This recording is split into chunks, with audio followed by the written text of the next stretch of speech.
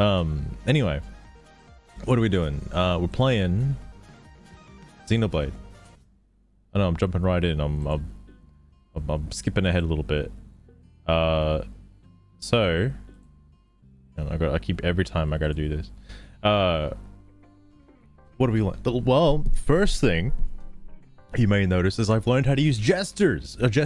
All right, I learned that about 5 minutes ago, actually.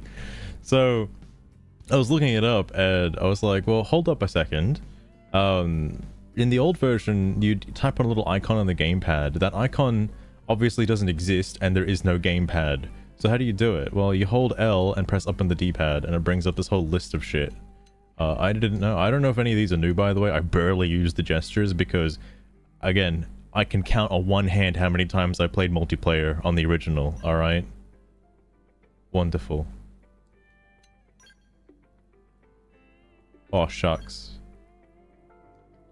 Not quite the same energy as Monster Hunter, obviously. Speaking of, I did see that there is a new weapon pose pack, and you better believe I'm getting all of those fucking cosmetics immediately as soon as they drop. Holy shit. I know, I'm a cuck. I'm gonna get it anyway, I don't care. Anyway, so a few things today. One is there's new party members that I didn't know about in this game because I was looking at another one. Oh, please. Yes. Oluomo, thank you for the follow as well, and the very kind, totally not a bot message. Thank you. Anyway, what was I gonna say? I just noticed that. That could be a problem. I wonder why that's happening.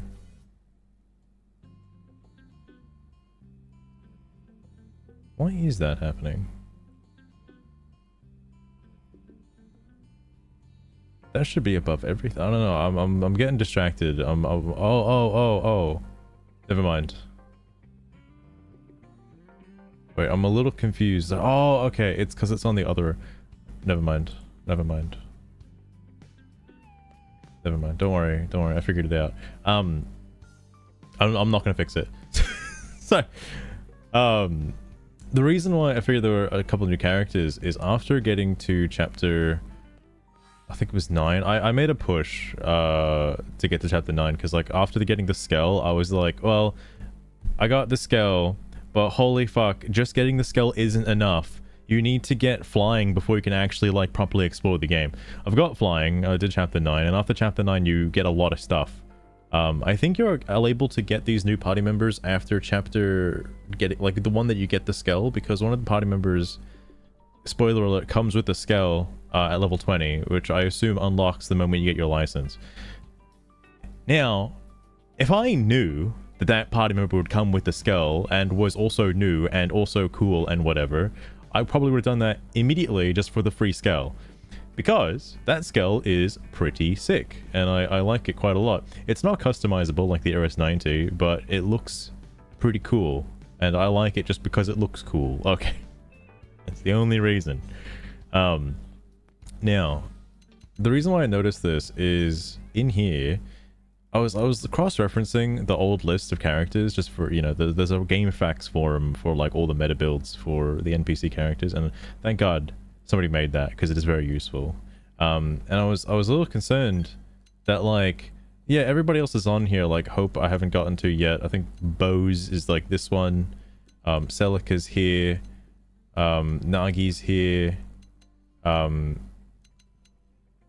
trying to remember. There's another new one I don't have yet.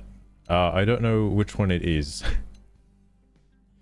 I don't think it's this one. It might be this, I don't know. Anyway, point is, this one is new. Don't worry about the outfit. I just had to give somebody that outfit. It just had to happen at some point. But they're pretty interesting, and same with this character as well. Neil Nail, whatever. I think, who was it? It was this one, or it might have been this one. Hang on, I'll get L in too. I like L. One of them has a very unique ability that obviously wasn't in the base game, and it's pretty... Oh, they all stood inside each other. That's pretty cool. You guys okay? Because they have a dual gun ability. It's this one. All right, Laziel. Lizel? Sure. Anyway, effect charge is fucking nuts, by the way. Like, okay. So, basically, a lot of the arts in this game have conditional effects. What's a good example? Oh, she's got one here. Like sliding slinger, for example. If you're attacking from the side, you get TP back for it, right? Very useful skill, obviously kind of outclassed by other TP gaining skills. If you activate effect charge first, you do, it doesn't matter where you're standing, you will still get the benefit, like the bonus boost from standing to the side, no matter what position you're in. And that goes for any art in the game. You just have to activate this first. And because this game has the ability to just use any art regardless of cooldown at any point in time, basically means you can get max effects from all of your arts at any given time. This is like insanely good for overdrive, in my personal opinion, just because of how, like, you can use anything. You can use backslash as long as you use this first, just for like the added damage, regardless of where you're positioning. It's crazy. It's absolutely crazy. What was the other thing too? They have something else. I don't know what the other signature skill is for this character, but whatever. The other really cool one is Nail Nile. For this ability, I think this is really cool. I know this is good. I'm sure a lot of people use it. I don't do enough shock and blaze effects yet. I'm only in like mid game. Okay, I'm not at end game. I haven't min-maxed my elemental damage. I haven't even focused on elemental damage at all.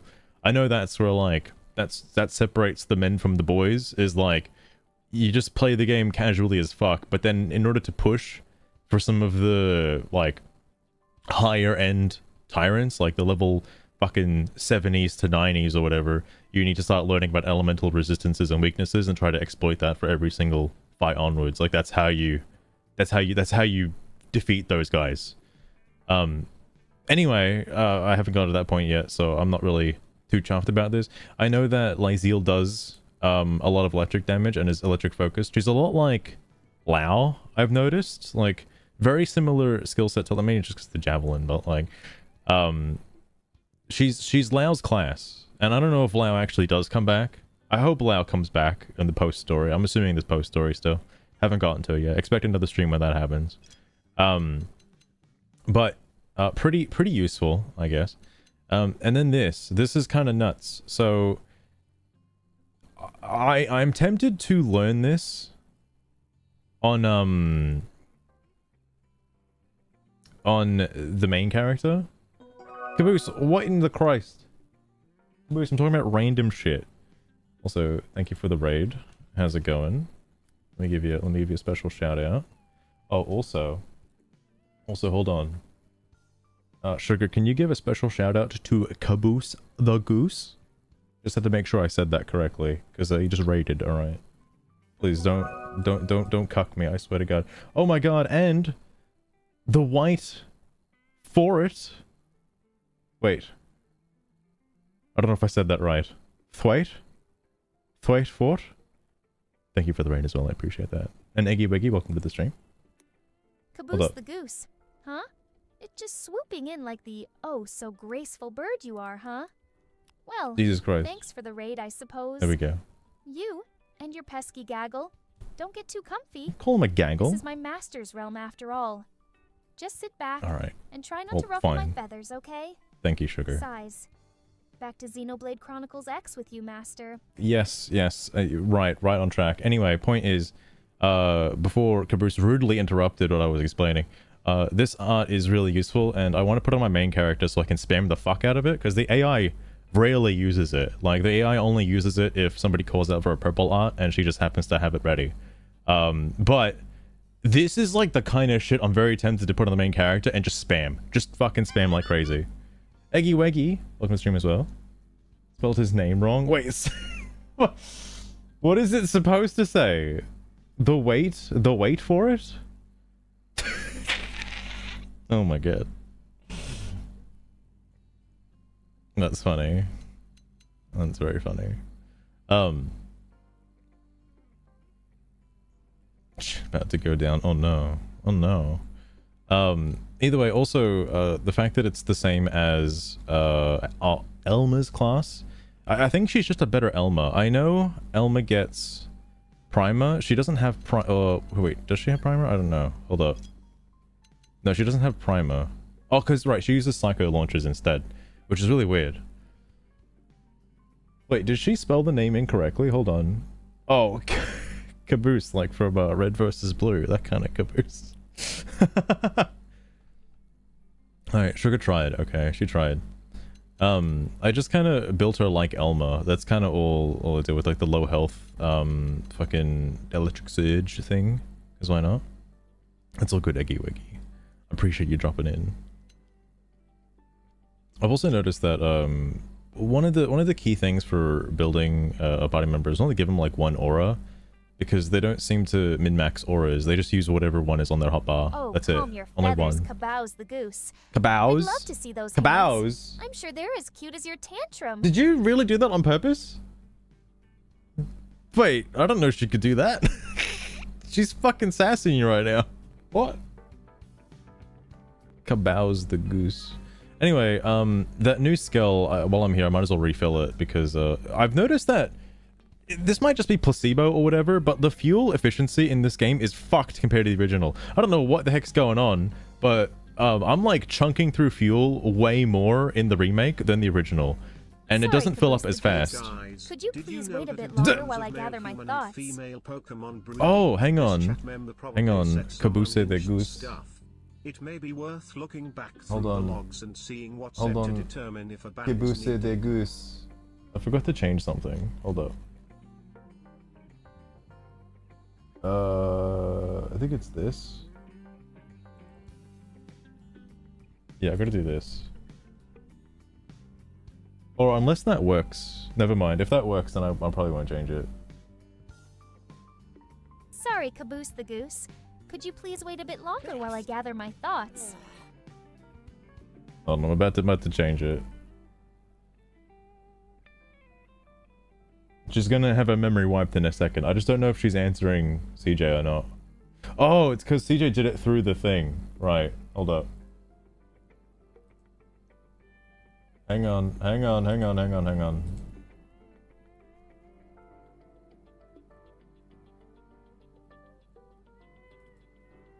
Hold up.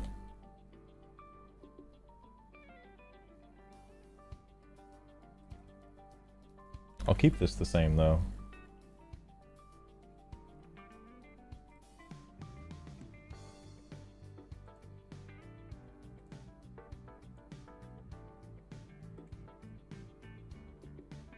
Alright.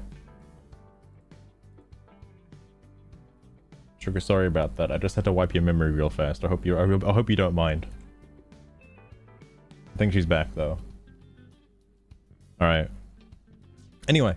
Oh yeah, refueling. Again, I don't know what's up with the fuel efficiency in this game. Maybe it's just because they don't recharge as much, but Jesus. Sugar, you gonna say anything? Okay, never mind. I guess she's just not. Why isn't she?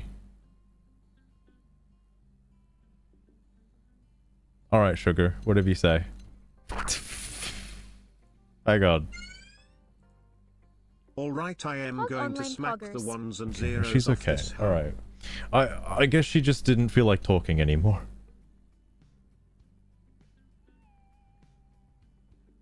Alright, anyway, she was also still not saying it correctly.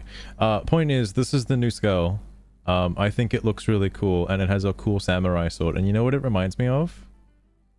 You know what it reminds me of? Dark magician weighing 0.1 Hold on. kilograms worth 55 gold. You now have 21,056. That's the wrong gold. image. That is, can't show that on stream. It's just an ass shot of a particular character. Don't worry about it. Here, it reminds me of this. I wonder who that guy is. Anyway, the only thing I probably don't like about this skull is the giant fuck off boosters it has for mobility. But like, it's new, which is pretty cool. I might as well refill everybody. I think Els is like running super low. Put some fucking diesel in these things, man. It's got like no fuel. I was doing some grinding before just cause. Anyway, because Lysiel is new, that particular that skill comes from the start of her questline. I didn't realize affinity quests could have shit like that. Speaking of affinity quests having that shit, I didn't realize that there are I did like fuck all in the original game, by the way. Like all the side quests and stuff, I like barely touched them. Okay, and I feel bad for that because there's a lot of like extra arms manufacturers. There's a lot more than I knew of anyway. This comes from a side quest. This one's also a side quest. I think this one. No, that one's not. That's part of the main story. There's another one as well. I forget the name of it, but there's another one that comes from another side quest. I don't know what you get for this. I haven't gotten anything yet. It just seems to consume a lot of Moranium. I hope there's a payoff for that. Because it was from some guy that wanted to do time travel shit and he never did it. Anyway, I do like this scale, but again, it's not customizable like the other ones, and the other ones are, yeah, they're pretty cool. But it is also nice to see something new that isn't just the Eris 90, like for the 500th time, because there weren't a lot of unique scale designs. Like the main ones do change a little bit, all right, going from level 30 to level 50 scales, and then going from 50 scales to custom scales. Outside of like the Eris 90, I think the other types all kind of look the same. I don't know if there's a unique one that I've never seen before from a different blueprint, but this one's like totally different. The lore behind this one is one of the other industries. I forget the name. It was on that list just a minute ago. Decided to make their own scale because all the other ones are designed by Sakuraba Industries or something like that. This one's made by a different company allegedly, and they kept it secret until you know, you just kind of meet the character that has it. And she comes with one, but you can also buy another one for level 30. The one she comes with is like level 20. That's about it. What was the other thing I was going to mention? Oh yeah, so I learned a thing about overdrive, by the way. Oh cool, hang on. Whoa. Oh yeah, and this is the supposedly new arranged mix for the song. It still sounds kind of the same, which I'm not surprised about. Oh yeah, that's the other thing about this scale too. I don't really like this. I mean, it's good for traversal because that's fine, I guess. But all the other scales have like a vehicle transformation mode when you sprint with them, except this one. This one just kind of goes fast. It doesn't transform into a vehicle like the others. It just goes fast. It almost feels like you're flying, because this doesn't have much of a difference between the flying version and the non-flying version. Just kind of the same. Oh, what the hell is this?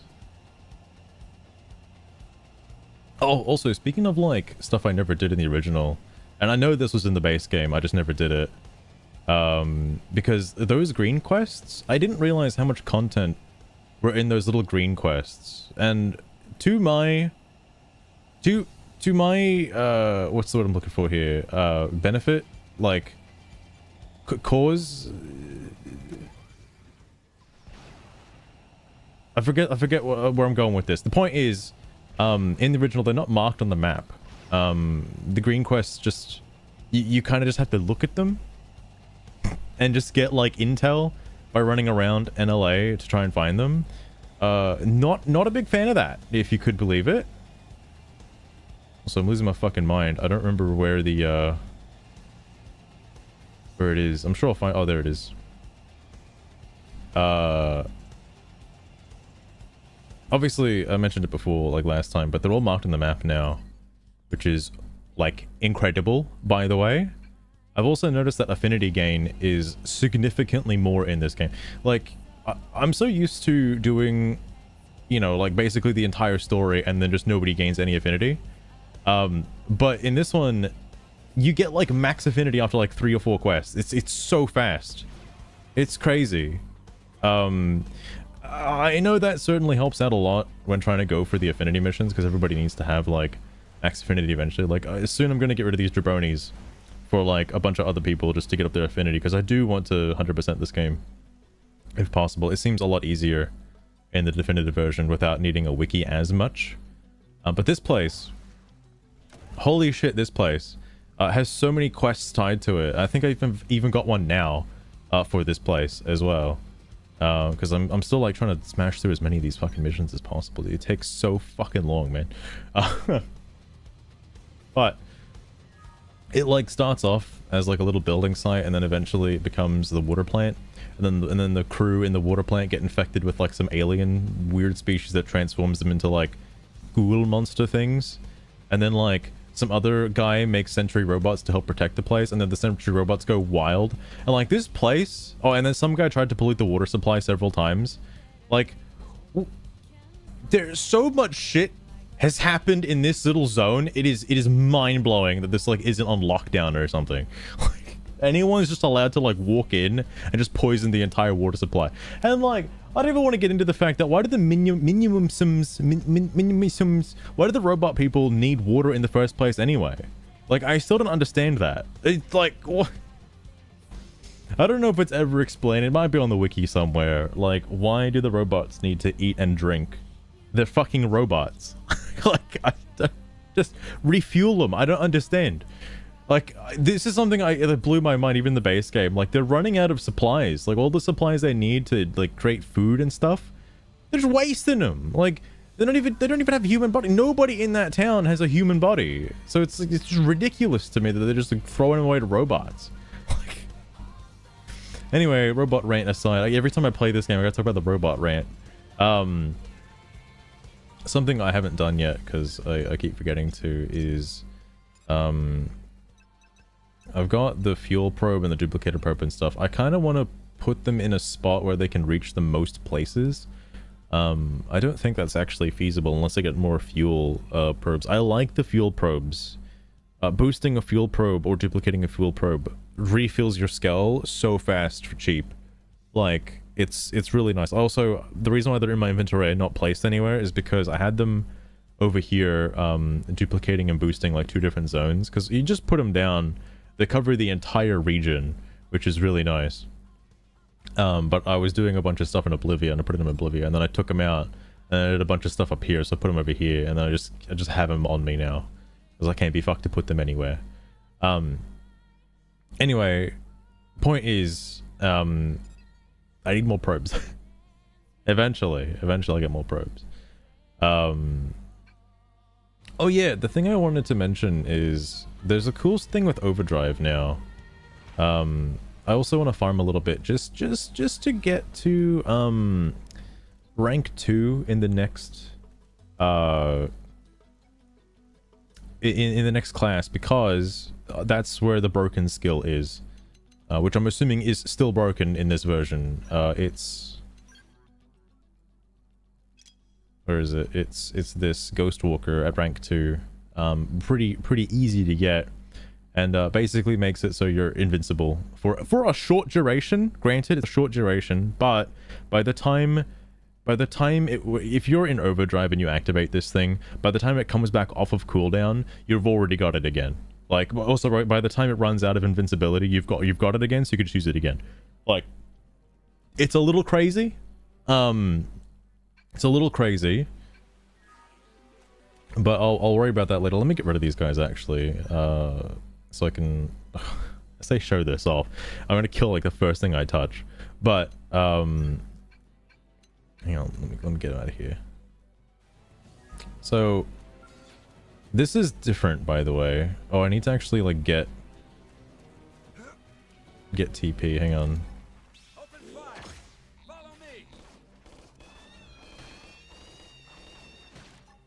Alright, well, that didn't fucking... Hold up. Let me get the TP real fast.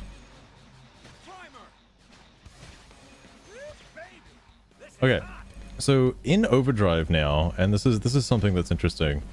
I can't pause it while I'm doing this, but before, remember how I mentioned the whole color aspect and everything? In this version of the game, it actually just straight up shows you. I'll only have like a couple seconds to show it, but like after activating overdrive, right down there, it shows you what you get for it. Like this is the counter increase, the TP gain, and a counter increase. The little like icon aura symbol down there. That's not in the original, and it would be really helpful if it was. I mean, granted, if you've read the Reddit thread, you know like what each of the colors do, because thank goodness the guy explained it. I don't know if there's a tutorial in this game that actually shows it, but either way, Jesus fuck. Let's wake 'em up on the leg. Violent streak. I'm noticing that Violent Streak isn't actually that great. I do want Celica in the party so I can get what's it called? The what's the ability called? 0-0, that's it. Because 0-0 is basically just a better version of Violent Streak and Sliding Slinger, where you get TP for it, and what is it? You get TP, and it just shoots like a shotgun blast in front of you, and it also has 10 hits as another thing. So if you're doing the overdrive thing where you go green to yellow or green to orange, it doubles your hits, so you get 20 count off of just that one skill, and it's insane. So eventually I'll get that, but in order to get Celica, for anybody wondering, you first need to like have her, which can't do yet, it's level 44, but after that I think it's not that. There's also an affinity mission you have to do as well afterwards, which is probably gonna be like fucking level 50 or some shit, so I'm not gonna worry about it too much. I wanna fight something with a lot of health so I can show off overdrive a little bit, and I think I know where there's something I can fight, like over here.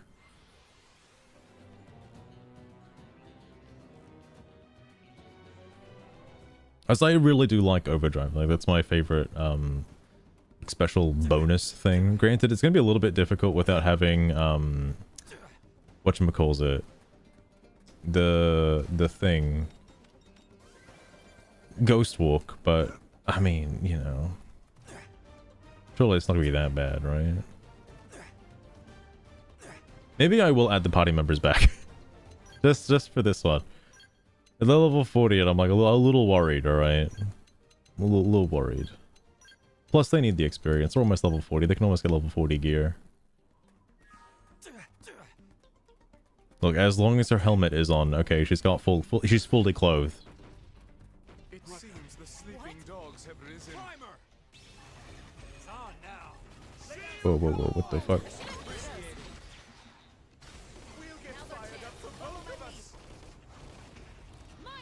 I wonder if that actually works how I think it does. I'm not sure.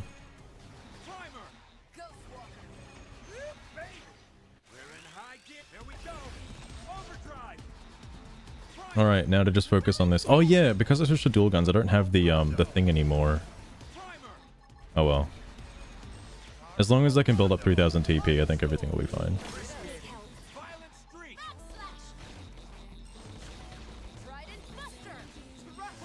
That takes a while to do, actually.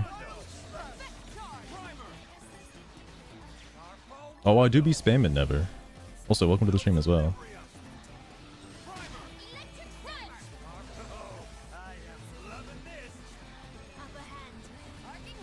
I don't know if I'm gonna have enough time to get it back.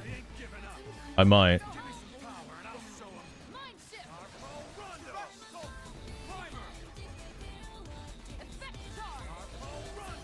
I'm missing the soul voices so much. Okay, no, I think we're good. I have enough of a count now to keep getting it back.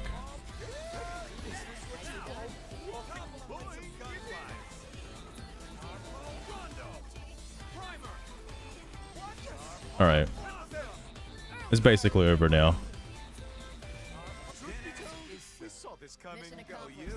I like Overdrive a lot. I think it's very good. Granted, it does take a hot minute to learn. Because, holy shit. If you don't know how to use Overdrive and it's like, oh, it only lasts like 10 seconds and it's just gone. Yeah, I can see that being pretty shit. But once you start like learning how to stay in it indefinitely, oh my god, then it gets a lot of fun, and you could just spam everything so much. It's so much fun.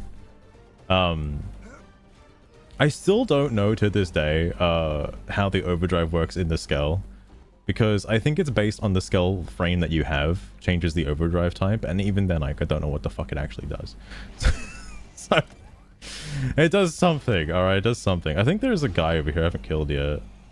Oh, he's got a crown. I think that crown means that they have killed people online. As far as I'm aware. I could be wrong though.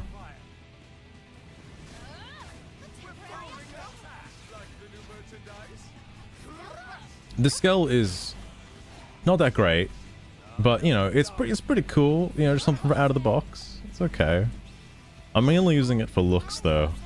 I would much rather a regular skull that can have either the gravity buster or the electric scythe, because they're both quite good skills. Alright, somebody else used it before me. Okay, I see how it is.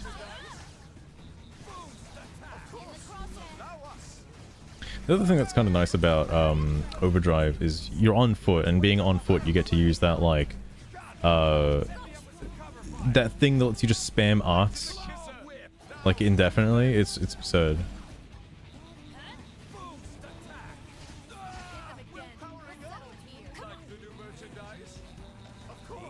Okay, well, I was hoping to get it at some point.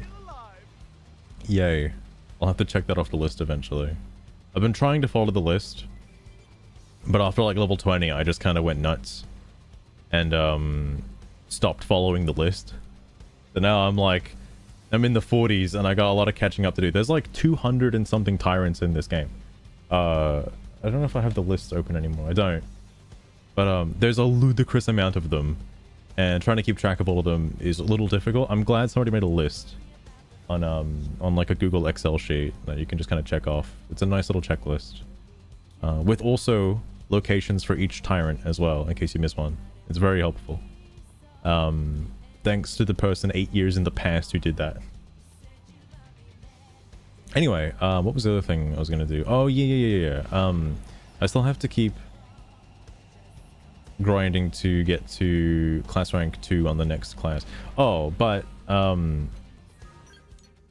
think I can do the next story mission. I haven't actually checked yet. I believe Manhunt. Oh, I haven't done Manhunt Affinity mission yet. And I don't know if I've done Prospective Partners either. I haven't really touched many of the Affinity missions yet, outside of the ones to get characters. Oh, Manhunt's the one where you get Nagi, I'm pretty sure. No, that's Nagi's time. Never mind. Either way. I can't do this yet. I'm pretty sure this is the quest where you have to defeat like this giant mecha thing that's like heading towards NLA from Silverlum. I'm pretty sure that's what this quest is. Ferrets, welcome to the stream as well. I'm pretty sure that's the quest.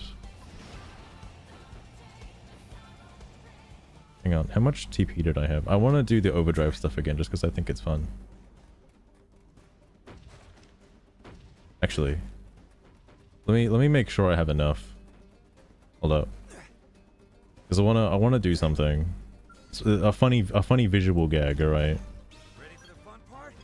Melee attacks. I have to actually initiate combat. There we go. Okay. And you guys can just kind of kill it.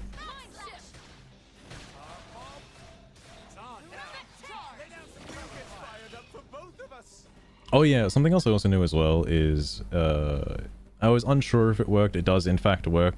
If the art is on its secondary cooldown, if you press Y instead of pressing A, it'll use the secondary cooldown effect. Like it'll fill up the secondary cooldown and use the added benefit.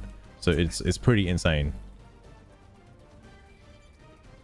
All right, so the thing I wanted to do was I want you to see what I'm looking at when I do this. Hang on.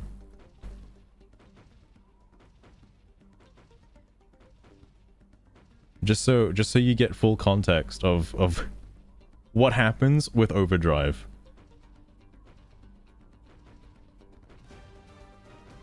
Where is it? Here it is. Look at this. You like this? Get a load of this. Roger. You can leave. Wait, where is he? Here comes the big league. What? Sealed wall. Where is he? Okay, here he is. All right. This is all I see, by the way. I don't know like what other shit is happening.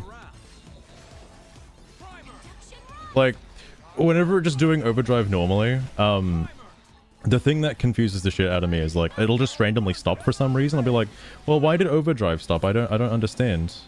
And then it stops because fucking whatchamacallit, either I'm dead or the monster is dead. It's one of the two things.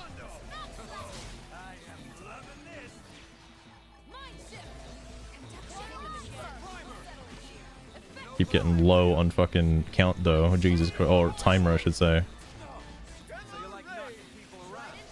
Oh, but then there is also the, if I can get it, the soul voice. Alright, like if I can get the soul voice in time.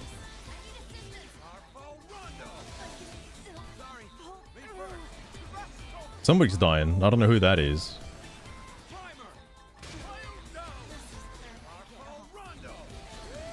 Max. Alright, it's dead. That's all I'm looking at.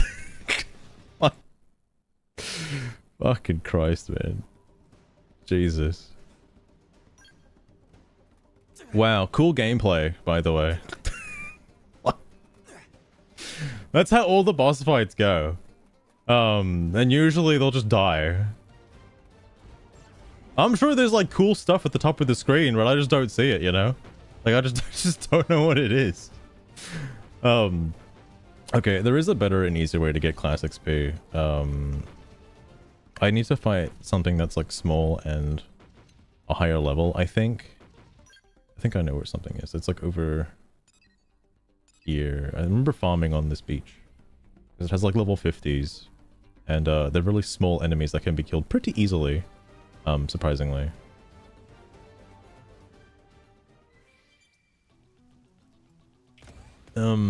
What the fuck? Oh, that's fine. Not that level 50 though. These things. I just gotta find one that's like by itself. Boost attack. It's on now. Lay down some cover fire. We're building on. Like the new merchandise. We're powering up. Wait, what was that? What was the front side? Here it is. I just kind of wish Gravity Slash like did as much damage as the G-Buster. It does not. It might if you spec into it. That is not something I have been doing though.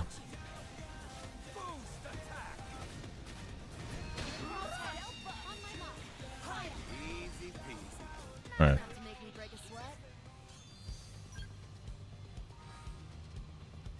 I'm like halfway. Oh, where'd this guy come from? Build arm. It's on now. Lay down some cover fire. But yeah, having the tunnel vision in overdrive is kind of funny. Powering up. I just don't know if anything else even exists. That sucker. Like the new merchandise. Gravity. Alright, well fuck. I don't think I got it.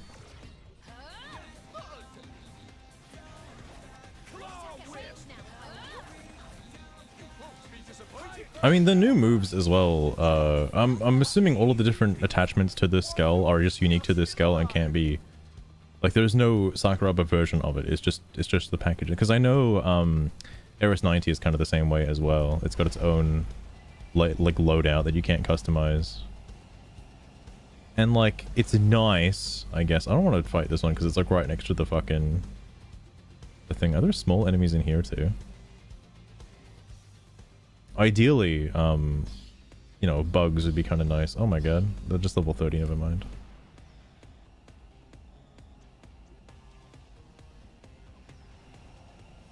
Wait, oh yeah, one gave me like a quarter of a fucking bar, so yeah, I think it's kind of worth.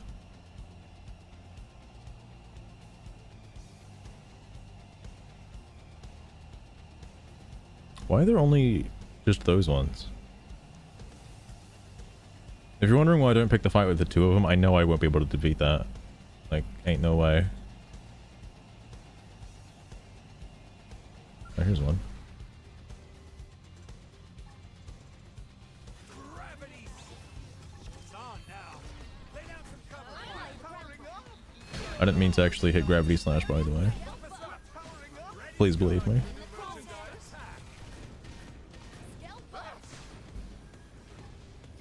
You like that? Hypernova. Claw whip. We're powering up. Yeah, somebody else will get it. Uh-oh. Okay, well, that might be a problem. Need healing. Oh, no. Okay. Something else I noticed, I don't know if this was in the original, by the way. You always get a soul voice prompt whenever your skull breaks.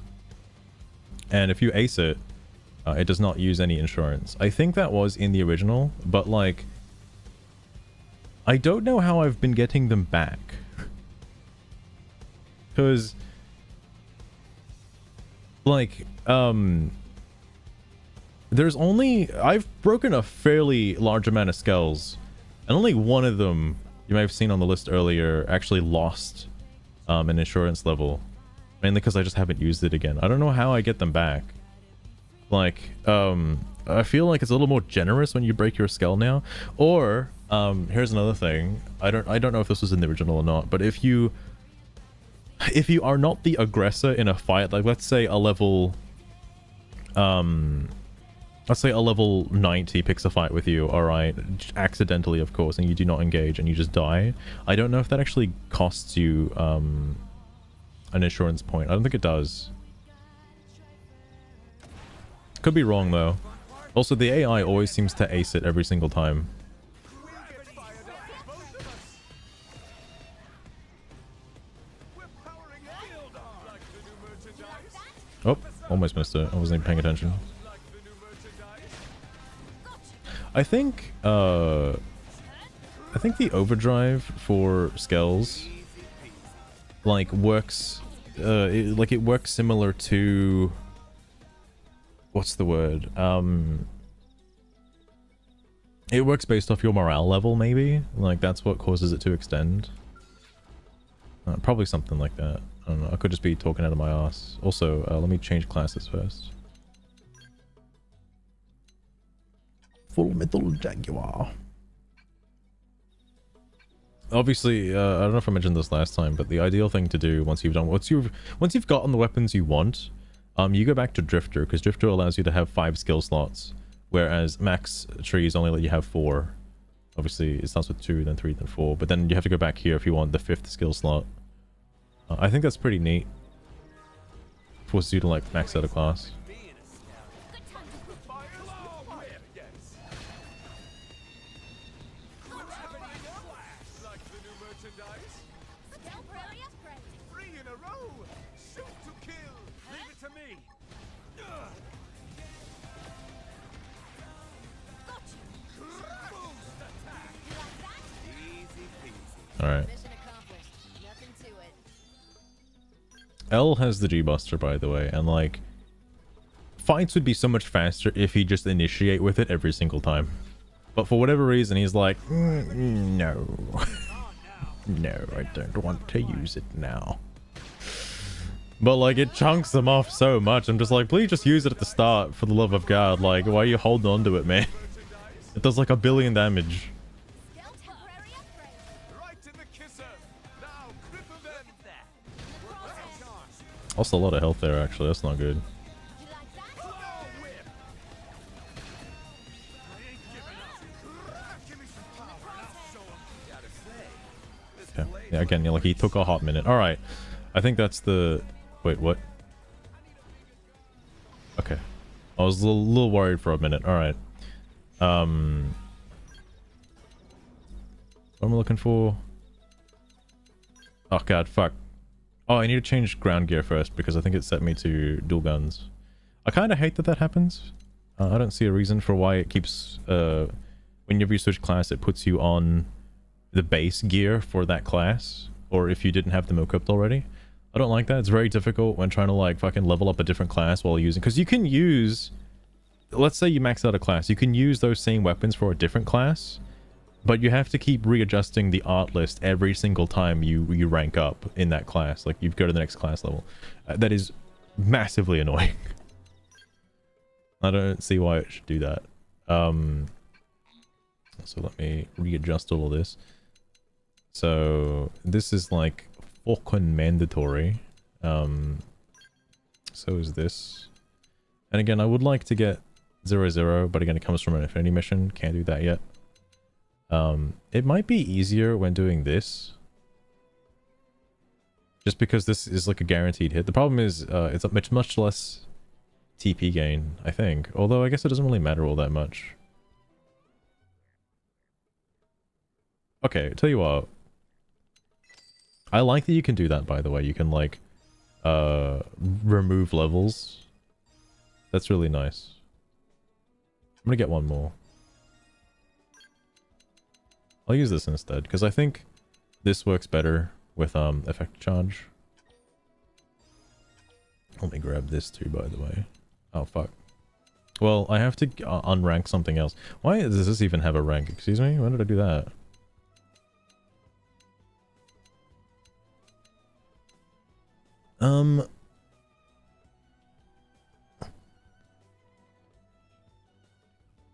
Jeez, when it comes down to like just dead, welcome to the stream as well. When it comes to like the actual like melee stuff, I know I need Starfall Rondo. I know I need that one. That's just nuts. I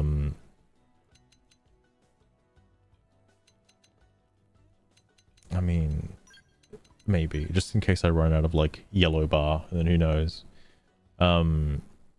So what am I not using? Oh, I must have already took it off. Oh well.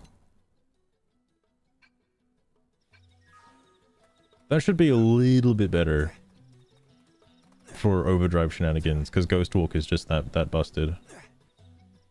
In fact, do I have 3000 TP? I do. Oh, but my skills. That's why it's not, right. This one. This one. This one. I think this one? Oh, yeah. I guess. I know I'm not min-maxing on element damage yet. Just because I don't know exactly what to go for yet. Eventually I'll figure it out.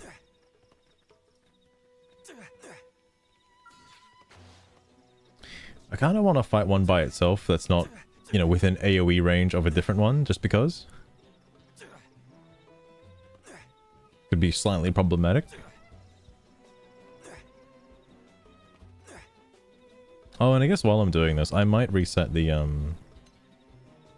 thingies. Hold on. What I'm looking for? This. This. Put one here.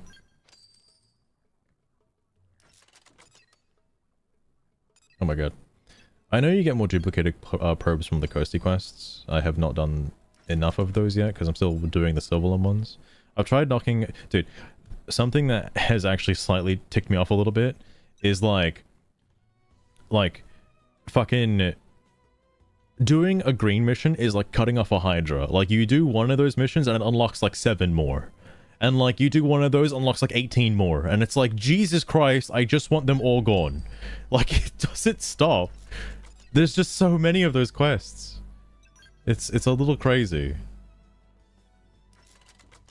Just because I want to see what the benefit is, I'll put another one here just because I'm curious.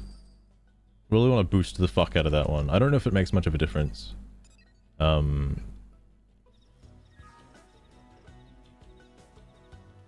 Yeah, I feel like the fuel speed is kind of capped. I don't know if booster probes actually affect it in any way. Doesn't seem like it, but it's certainly faster than... The other thing too that's kind of weird is when your skull is parked in New LA, it doesn't refill this fast. And I don't get why that is. I feel like it should, or at least used to, refill this fast.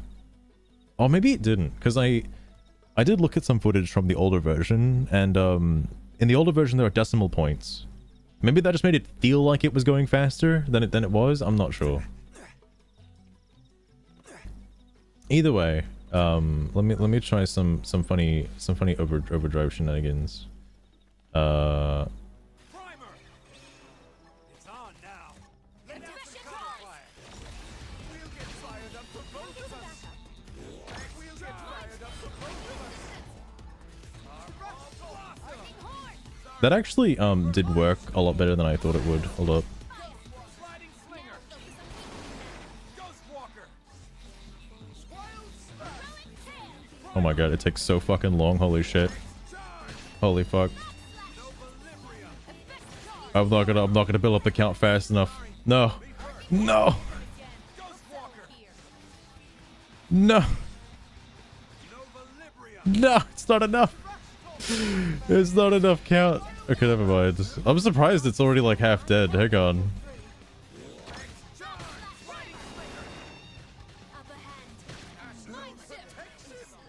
Wait, I might just be able to like use this and use this instead. Okay, never mind.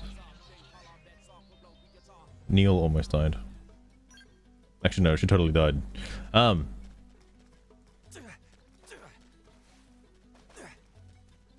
What have I learned? I need to manage my arts a little better. I also need to put on augments onto my gear as well for increasing the overdrive count early. I know there's an augment for that, and I should set that to something to farm, just because I feel like that could be useful when opening overdrive. Because there are soul voices for it, but your AI party members also have to activate overdrive, so meaning they also have to have 3000 TP, and they're not good at gaining TP. Like, they don't unless the fight goes on long enough. Usually fights aren't supposed to go on for that long. Like, all you do is just, you're fighting something really strong, you build your overdrive count, and the thing is just dead. Like, whatever the fuck you're fighting is just dead.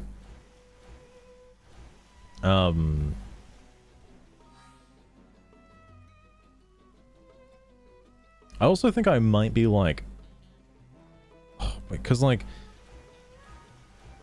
no, I still like Ghostwalker enough. I'm gonna keep it. But what was it gonna do again? Oh yeah, you're right. The story mission. Right, I forgot. I need to do not that. I think it's that one. Nope, that one. 14%. Complete chapter 9. 14%? Alright, hang on. It's listed here? Oh, I'm at 28%. God damn. I mean, most of them are these fucking little green missions that, holy shit, they took so long, but they're getting done. They're getting done. Tyrants are probably the next big thing. I could do some of them. I'm trying to follow that list for tyrants. Like, eventually I'm gonna have to kill all the tyrants. I'm not looking forward to doing the Telethia that's up here. That one's that one's not fun. Must be defeated in a non-mission encounter. Oh, that reminds me. Something I haven't done yet. Or I have done, but I was significantly underleveled when trying it. And I might be able to do it now that I have like a proper overdrive thingy. Until the Telethia plume spawns. I'm gonna wait like 5 hours? Oh man. That thing was active like... Oh, I think somebody must have killed it, I think. I could try that. Yggdralith. Although, I think that quest requires me to be level 60, and I'm not level 60. If you weren't aware, I was definitely not level 60. I do remember. Oh no. Okay. Well, whatever. I'm not gonna worry about it. What was I gonna say? In the original version of the game, I did end up making that like infamous Blossom Dance build. With, you know, the fucking ether sword and all that crazy shit. And holy fuck, doing one of those online world boss missions is insane. Obviously, you can't kill it in one go, but you can shave off like so many health bars. Like a single activation of like Blossom Dance, it just cleaves through health bars. It's crazy. The way those bosses work, by the way, is there's like it's not just like one big boss, it's multiple health bars. Like it just has like a shitload of health bars, and everybody has to work together globally to try and take out all the health bars. And if you do, you get rewards based on how many health bars you took out. That's kind of how it goes. They're pretty fun. They're pretty fun, but like are very geared towards having like an end game set. Like you can't just like walk into that with like, oh cool guys, online co-op multiplayer, and then just fucking get obliterated. I would love to see, and I know I haven't seen this because, oh god no, that could be bad. Okay, I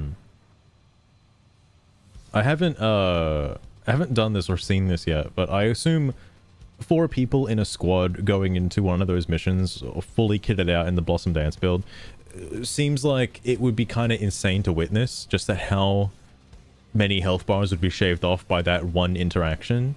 They might even be able to kill it in one go. I think I feel like there is a video that exists of some Japanese guy like just taking out the world boss by himself. I feel like that exists. You only are given like I think 3 minutes to do as much as you can. Sorry, my brain had a fucking aneurysm. I forgot what I was doing. Oh yeah, right, the affinity mission. I could just travel there. I could. Believe me, I want to.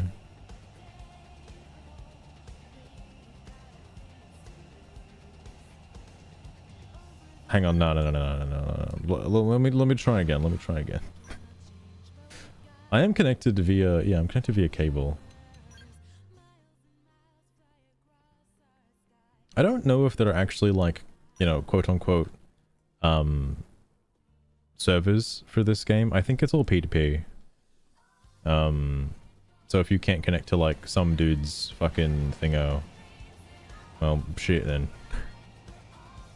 Oh, actually, let me build up TP out here, because apparently it's fallen to 10%. Oh my god, somebody's killing it right now.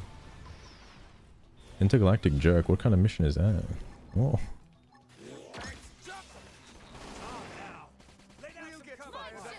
Hang on, I might just be able to like...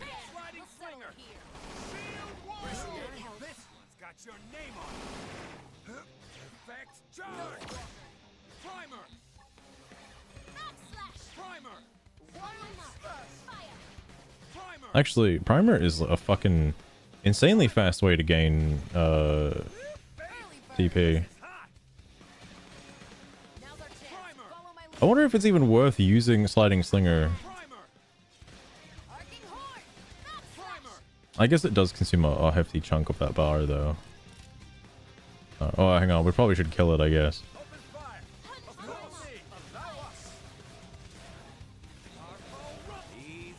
Okay. That's the ability that Neil has, that just generates, like, if it didn't drop anything, it generates it into something that would have dropped something. Oh yeah, Papa Shekels, it gets even more wilder. Because I want to try the world boss. I mean, I'm gonna get my shit pushed in, but it'll give me some time to work out with Overdrive a little bit to figure out what's going on.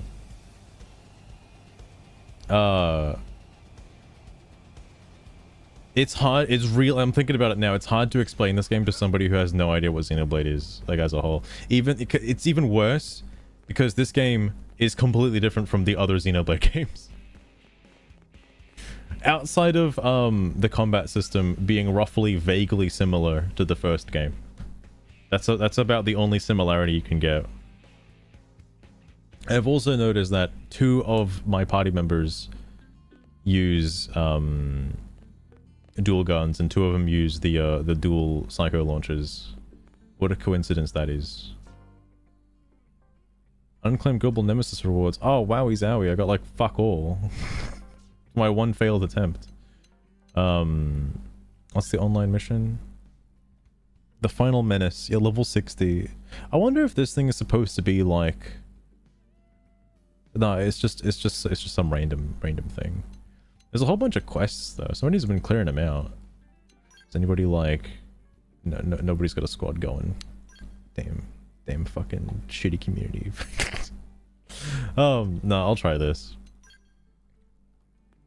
I don't think anybody really does like, you know, missions online with other randos. It's so much harder to do in this game than it is in like Monster Hunter, for example. It's a horse-eat-horse world. Cripple it. He's so far away. He's so far away. Set me up with some cover fire. Charge, sliding slinger, ghost walkers. Rondo. Actually, I might just be better off. Oh, I should have fucking. Oh, well, that's okay. Look at us. We're on a slope. Let's wake 'em up with some lead. Here for us. Charge, sliding slinger. We're in high gear now. I fucking. Never mind. Don't worry about it. Don't worry about it. It's okay.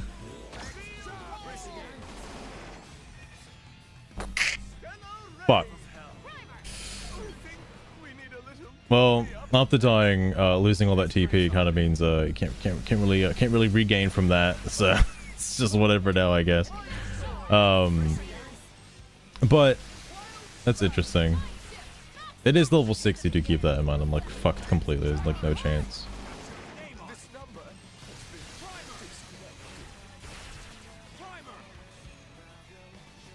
It does recharge the yellow bar, which is kind of cool.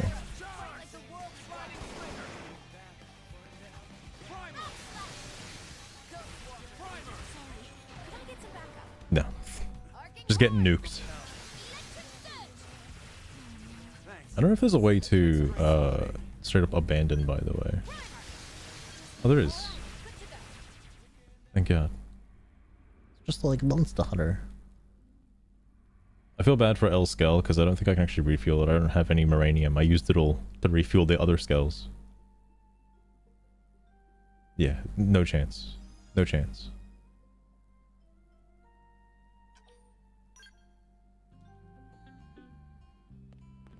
But yeah, look at how slow it refuels while here, of all places. I feel like this should be the fastest place it refuels. Being at the barracks and whatnot. Oh, I do have enough. Ah!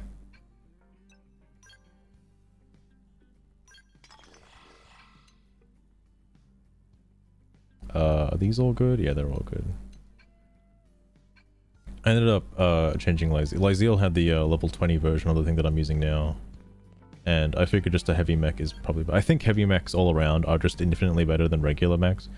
Heavy mechs have the added benefit of using the more crazier weapons that you can equip to them. I don't know exactly what they are, but there are heavy only like, you know, weapons. That's where the one-shot like Omega cannon comes in. I don't know what it's actually called, but there's like this Zenith cannon or some shit that just one-shots things. It's absolutely insane. But it's a custom weapon you have to get from like this thing, and it costs a lot of bullshit to make, and I'm not gonna worry about it. Speaking of, I think the way you get blueprints is just a random drop from like certain enemies. I have not gotten a single blueprint yet, by the way. There's probably fuckloads. Also, I have to do the manhunt mission. I forgot. Oh, actually, it shows me. This is something also new to the definitive edition. Is it shows you where to find these. Which is, you know, extremely helpful. Just saying.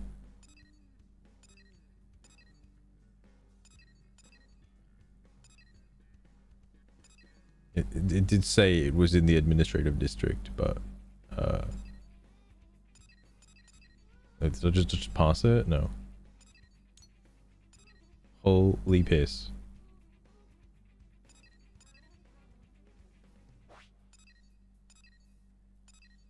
Oh, Hope Springs Eternal. That's the other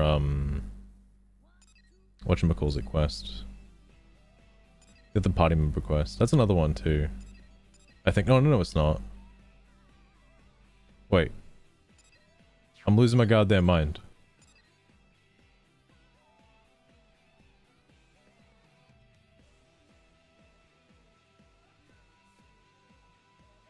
Found in Blade Tower? What? Oh. Wait, I didn't already do it, did I? I might have already done it, actually. I don't know how to check that.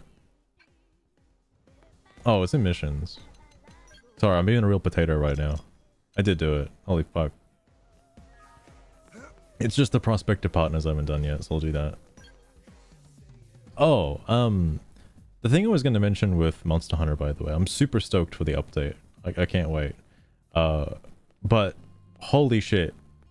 I don't know if it made me feel like a boomer or whatever, but seeing people's reaction to Mizu appearing in Monster Hunter Wilds was like the most gut-wrenching thing ever, because I saw a reaction video for her and like somebody was like, oh shit, is this monster new? And like all of the comments were, no, Mizu was in Rise. Mizu was a boss monster in Rise. It was in Rise. It's a Rise monster. And I'm like, you guys realize it was like a flagship for a very specific game, right? Like it was one of the main 4 on the cover of one of the games. Like, yeah. Like, had a whole game like dedicated to it. Jesus Christ. No, bros, it was only ever in Rise, alright? It's only ever in Rise. It's a Rise monster specifically. Are the other people here? Oh, why is Lyzeal here of all people? That's weird. But no, I'm liking the fucking event quests and shit. The I'm curious how they're gonna keep this going. I don't mind that there are no Elder Dragons in it. I think that's okay. I'm curious how cracked the fucking Raid Owl equipment is gonna be. I'm looking forward to the Mizu longsword. I haven't really felt comfortable with any of the longswords in the game yet, just because none of them are the cliche weeaboo katana style. Like, I know Mizu is gonna be, because it's the same fucking weapon in the other previous games. So I'm looking forward to that one. I think I might start using the longsword then. So I'm gonna hold off until then. The Gathering Hub looks cool and all that shit. Super excited for that. I'm like, I don't know if there's anything else that was like crazy new. Imagine playing this game without fast traveling. I think I'd rather die. Like, one of the big problems would be like going to the Manon ship and then going to the fucking district over there and then like back to the Manon. There was a green quest that had me doing that, and I was like, if I wasn't teleporting, man, like Jesus Christ. Because you'd have to, assuming you don't have flight on your skull, you'd have to run all the way around New LA just to get the teleporter and then go up there, only to have to run all the way back around again. Fascinating. Find something useful? All intelligence is useful, Colonel. It's just a matter of finding the best lens to view it through. Wow. That's deep, sir. I'm trying to think of some of this. Oh yeah, the Nintendo Direct was pretty wild as well. I say, well, actually no, it's pretty lukewarm at best. Let's be honest. Only a Switch 1 Direct, but the only things I was like interested in from that Direct, Pokemon was not one of them, by the way. Metroid Prime 4, obviously, because why not? The fact that there is a new Rhythm Heaven game coming out is insane to me, by the way. That's like huge. I cannot wait for that. I can't believe it's in 2026. Tomodachi Life, if you could believe it, also coming out in 2026. Like, I don't know why they showed those games off if they're coming out in 2026. They'll be on the Switch 2 by that point. So like, two of the most anticipated games I'm excited for are a whole ass year away. Like, that's great. We're only in March of this year. You're not gonna gonna make people wait that long? Fuck. Outside of that, I think the only other game I had like an iota of a neuron activation was like Shin Megami Tensei Devil Summoner. I'm really glad that game's getting ported. I've played that a few times. I wanted to stream it. I think I tried to, and I just kind of gave up at some point because look, the game's long as fuck. All right, and there was something else that came out that took my attention away. But I really do want to properly finish that game because there's a sequel for it. And I have not played the sequel. I know it exists, and I really like the first game. I think the reason why I like Persona a lot is because I like that game as well. It's the same functionality as Persona, just in real time. It has real-time combat as opposed to Persona's turn-based. But the whole... all the shit is like all there. Like all the fucking enemies are the same as like Persona enemies, because it's the same fucking company, obviously. The other thing to that is like... you can fuse them together like you can in Persona. You can embed them into your weapon and shit like that. It's a really cool game. I like it a lot. Oh, it marks squad tasks. Oh, if you're wondering what these are, by the way. So the last time I streamed this as like a little bonus stream, I was wondering like, oh, if you track one of those craftable items, does it like mark on the map the things you need? Yes, it does. That is massive. Like, holy fuck, what an upgrade from the original. Because in the original, if you wanted to know where to find something, you better get the fucking wiki out. All right, you better get the wiki out. So being able to see it on the map is huge. It's absolutely huge. Because I don't mind farming for drops. I think that's okay. I just wish I knew what dropped what is the only thing. Like you see an item that says like blue tentacle. Like, okay, that narrows it down. All right, now I just gotta find a monster with a blue tentacle. Like, yeah, sure. Like these enemies still drop the thing I'm looking for. I also, oh, it's not these. I need to find the ones with like the spiky balls on their back because they drop E-scythes, and I want the E-scythes. I'm a big fan of the electric scythe weapon. I think it's pretty cool. I prefer that more than the G-Buster. Even though the G-Buster is like so brain dead, it's just you press the button. There's no positioning whatsoever. You just press the button, the thing dies. Like it just does flat out so much damage by itself.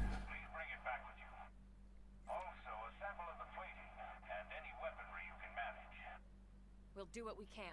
I don't really know any particularly good like scale weapons outside of those and some of the custom built weapons, but those like again the level 60 scales and all that shit are all like farmable drops that you have to get, and like that just takes a hot minute and you have to beat the game first. No point in hiding it, I suppose. I am curious if there are more. Why the fuck is Neil Nile here? What? Where's the other? Where's L? I guess Lynn and Elma take up that spot, but whatever. Oh yeah, also there's new like fashion gear, because the new party members also come with their own like specific gear type, and there's like a male and female variant for each one. Like this is technically, I think, oh no, that's like Zeal, not Neil, no. I think this is technically like Zeal's armor set, but on the male version it looks totally different. Oh, these are the guys I gotta kill, actually. I mean, I don't think I'm gonna get the thing I'm looking for, but it'd be nice.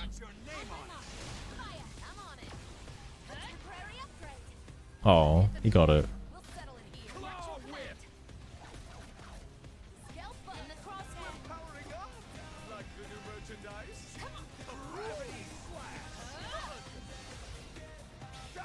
Out of all the mech, I know Mecha Break also just came out recently. Out of all the mech games that exist on the market, and there's, you know, a shockingly large amount of mech games out there, I still prefer this one.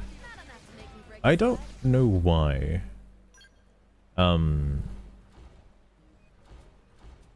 I think the reason why I like it so much is just because, I don't know, the mechs look cool, and the combat makes sense.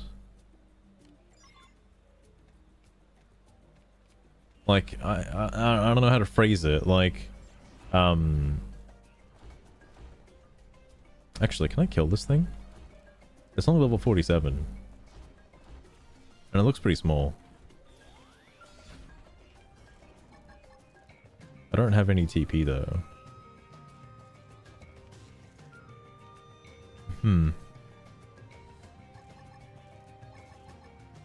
Okay.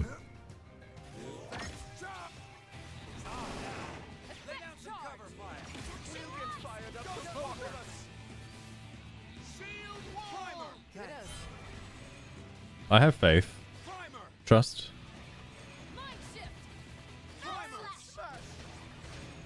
Actually, it might be faster to do this instead.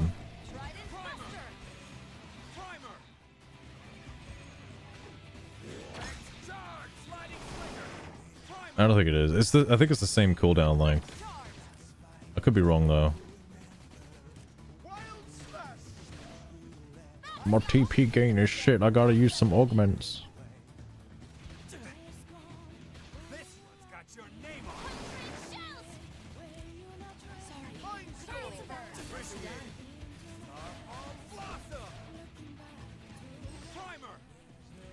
Almost there. He fucking turned around. That's pretty bullshit.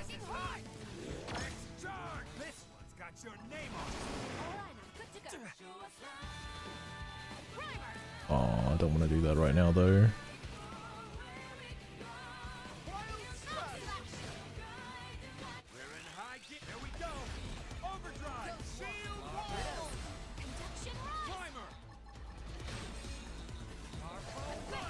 I think that's what I should be doing. I should just be bouncing between like this and like Starfall Rondo.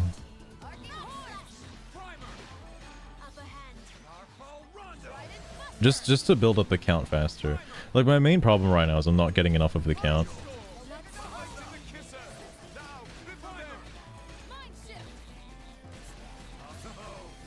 And Starfall Rondo is a fast move too, which is helpful.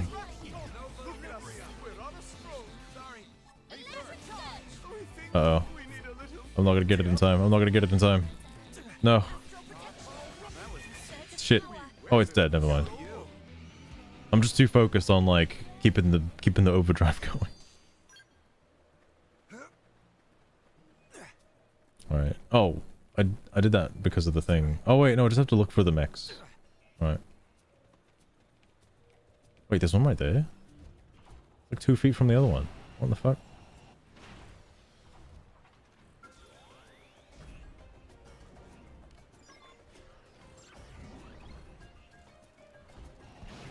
I don't know if any of the story missions have like an added requirement to them now to sort of push something else that's new, because the affinity missions for the other characters that led to new content was optional. It's not like they were required to progress the story or anything like that. You could just do them or not do them, or like me, don't even realize they exist. Is that really the whole mission?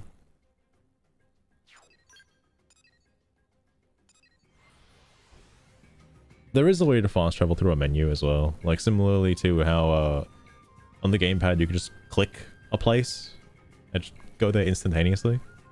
You can still do that. Like you bring this up and you just press X and it just kind of gives you a hot select to any particular area.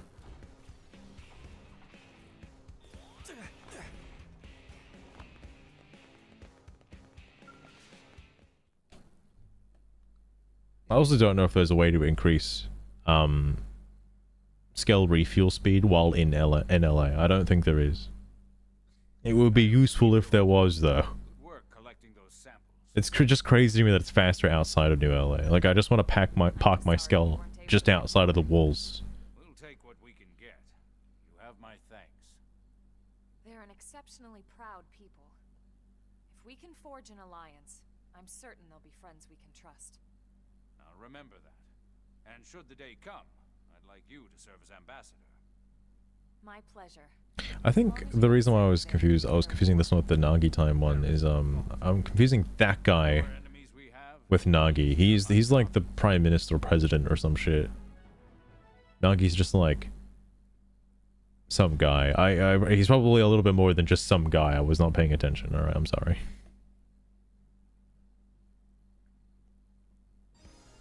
All right.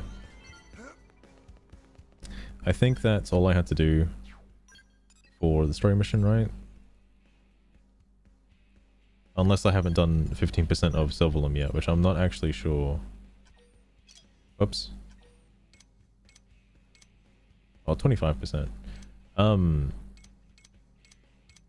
Looking pretty good on Primordia. I get an extra booster probe. And a fuck ton of material tickets. There's so many material tickets in this game. I think it might just be faster to buy the RS90 than to like you know, farm for it. Although then again, I could just mark it as a thing to farm. It'll just show me like that's the other huge thing as well, is just having that tracker. Like it's down here and it just shows you like what you need. Also, if you, this is another huge thing by the way, if you need any of those particular items and it's tracked, if you're looking at the rewards, it puts it right at the top for you. This is massive. All right, this is massive. Because do you know how many fucking items are in this game? And every time back in the original, you'd have to fucking search for each individual thing because it wasn't marked, and you had to have the fucking wiki page open every time. Like, oh my god, I'm not even like a quarter of the way. Like, Jesus. So the fact that it puts it right at the top is so nice. Good Christ. I'm just gonna go straight here. I should probably finish the Blade Barracks. Like, there's a lot of affinity missions. Like, I should save a lot of the green quests that I'm doing now for characters that don't have maxed affinity, because I think it shows it here. Yeah, like these guys are all maxed just because I've been using them so much lately. I think Alma's maxed, Lynn is not maxed. These guys all have like kind of a heart, because earlier on I was like kind of swapping between them a fair bit. But I don't think you definitely get more affinity in this game than you did in the prior one. I swear to Christ. I'll do this and then I'll probably like maybe play Monster Hunter. We'll see how long it takes. We'll see. I'm feeling pretty lazy tonight. I might just end. I'm very tired. What should I whip up today? Do I have to pick? There's only one option. Sugar, Lynn is trying to cook something very fancy. What do you think it is?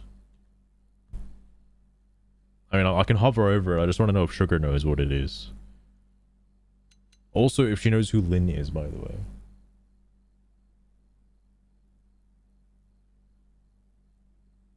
No, not Lynn. It's always No. something exotic. Maybe she's whipping up some kind of gourmet slug dish, topped with gold leaf and unicorn tears. I'm sure it's something that would make Sugar, any no. regular meal Look, crawl in I'm shame. upset that you didn't say Tatsu. How could you not say Tatsu? Lynn always wants to cook Tatsu.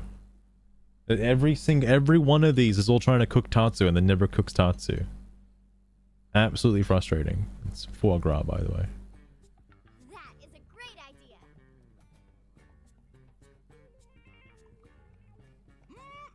Oh, Master.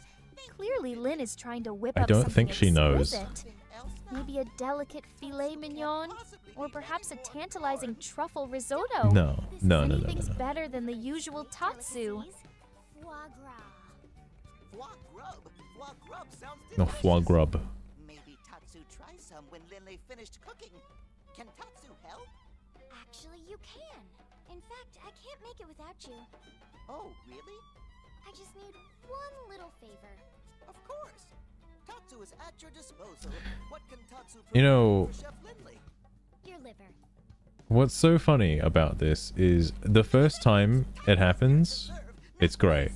But, well, I wouldn't say great. I have goose. But like, the fact that it happens every single time, it's just, you know. Also, this is up-resed. This is looks a lot better than the original. The original version looked like poop. It was not good. Man, oh man. Still no Final Fantasy 15 though. Managed to outdo yourself every time. It's all about the But the Tatsu jokes are just like, well, let me not call them jokes, alright. Tatsu shit is just out of this world. Why is Lysiel the only one that's like in these cutscenes? I mean, I'm not complaining, alright, but just why? Well, before that, I need to clear something up.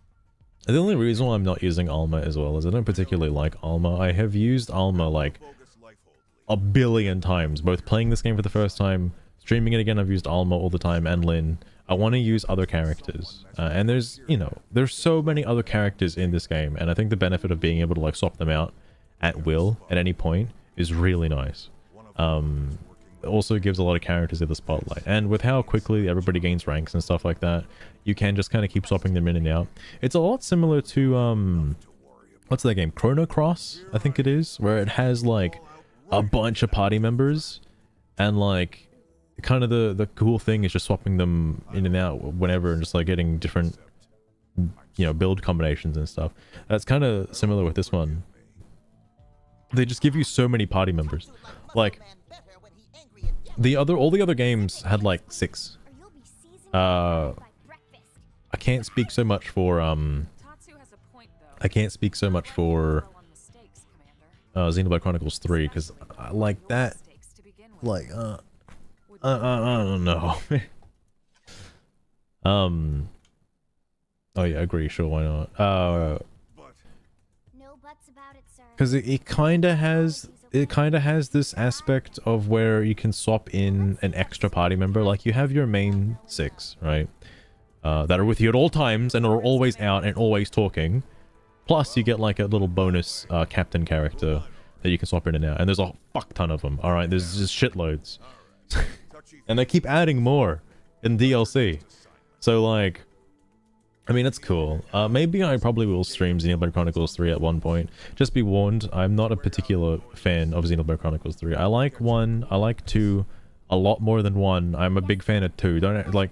I think the reason why I like 2 so much is it feels a little bit more skill based and like less cooldown oriented. That might be a weird thing to say. But like the way you can art cancel and stuff like that, I like the combat a lot. I like the gacha system. I know that's a big controversial point, alright, about the gacha system, but I think it makes for very interesting playthroughs. If you're only doing one playthrough, you might or might not get certain characters. You don't have to 100% the game, alright, but you know, if you do, it takes a hot minute because of that. But it also doesn't cost money, which is nice. It's like a free gacha system. I wish more gacha games had a free gacha system, you know. But I was also thinking about this the other day too, is like the chain attack system in Xenoblade Chronicles 1 is more chance based, because it's based on your affinity with other party members if it'll keep going beyond 3 attacks. In Xenoblade Chronicles 2, I would argue it's more skill based because of how breaking orbs work. So you can manually extend the chain attack based on the orb that you break. Like, there's a little more skill involved. And also gives it like a theoretical max limit of a blade combo. Or not a blade combo, chain attack combo. And don't even get me started on Xenoblade Chronicles 3. Jesus Christ. Like, I don't think I fully understood. Oh, I think I know. I think I did when I got back into it. I was like playing it for a while and I was like, well, the chain attack system is cool, but like it doesn't feel as impactful as the previous games. Jesus Christ, this character's outfit. And you thought me putting Lindley in a bikini was bad. All right, I know. I can read your mind. All right. But what was I gonna say? Oh, no, I mean Lysiel. Sorry, Lysiel. And you know, anyway, Oh, you know, this is the mission I have to defend. Well, I say defend NLA. There was a mission directly to defend NLA. This is to defend NLA from an impending threat that's in Silverlum, which is this, coming from Kuldros.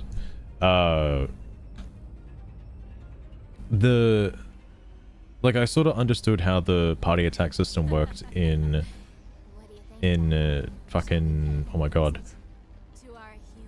Xenoblade Chronicles 3 is like you want to build up the meter to as close to 99% as possible. I don't know, with or without using a healer, because healers don't overcap. Healers cap it at 99%, and then you'd want an attacker or a tank or somebody to push past that as much as possible. There are benefits based on like who pushes it past. Like I think if you do it with your tank, you bring back your highest level TP character, and if you do it with an attacker, it's just random who you bring back, so it's not as consistent.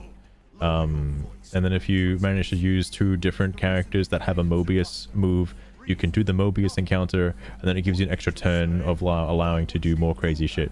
Like, I understand the goal of it is to build up a particular character to surpass a fuck ton of TP, and then to bring it to 99%, and then just boost past it for a fuck ton of damage beyond beyond 100%.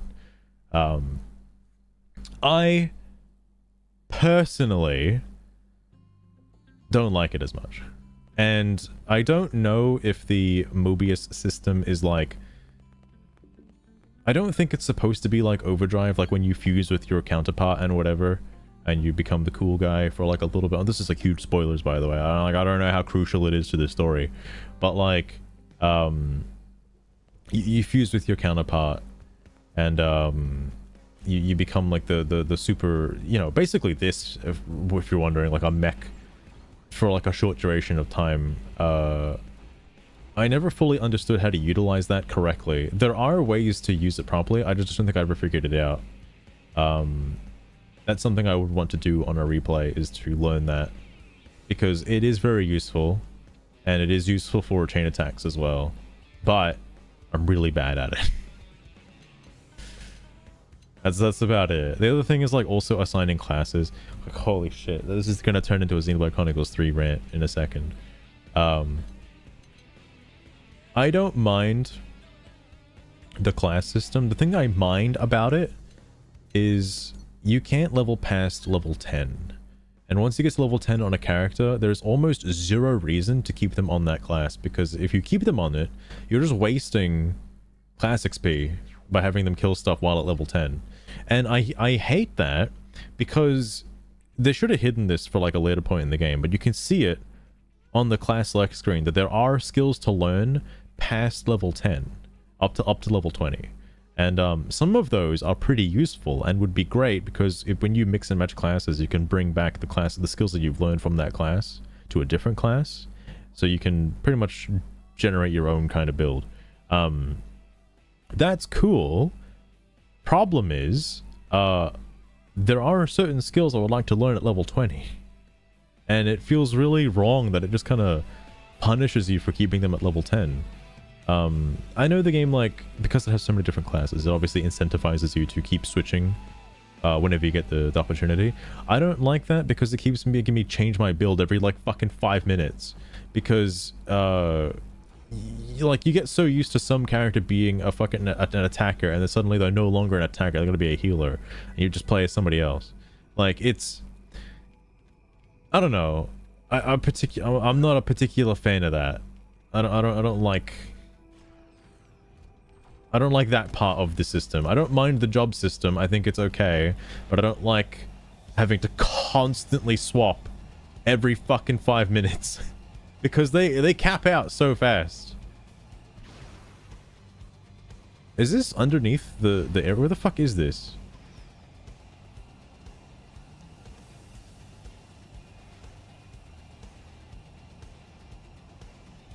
Oh, it actually might be up higher. Oh yeah, because you're supposed to get flying by this point, I think. Is it here?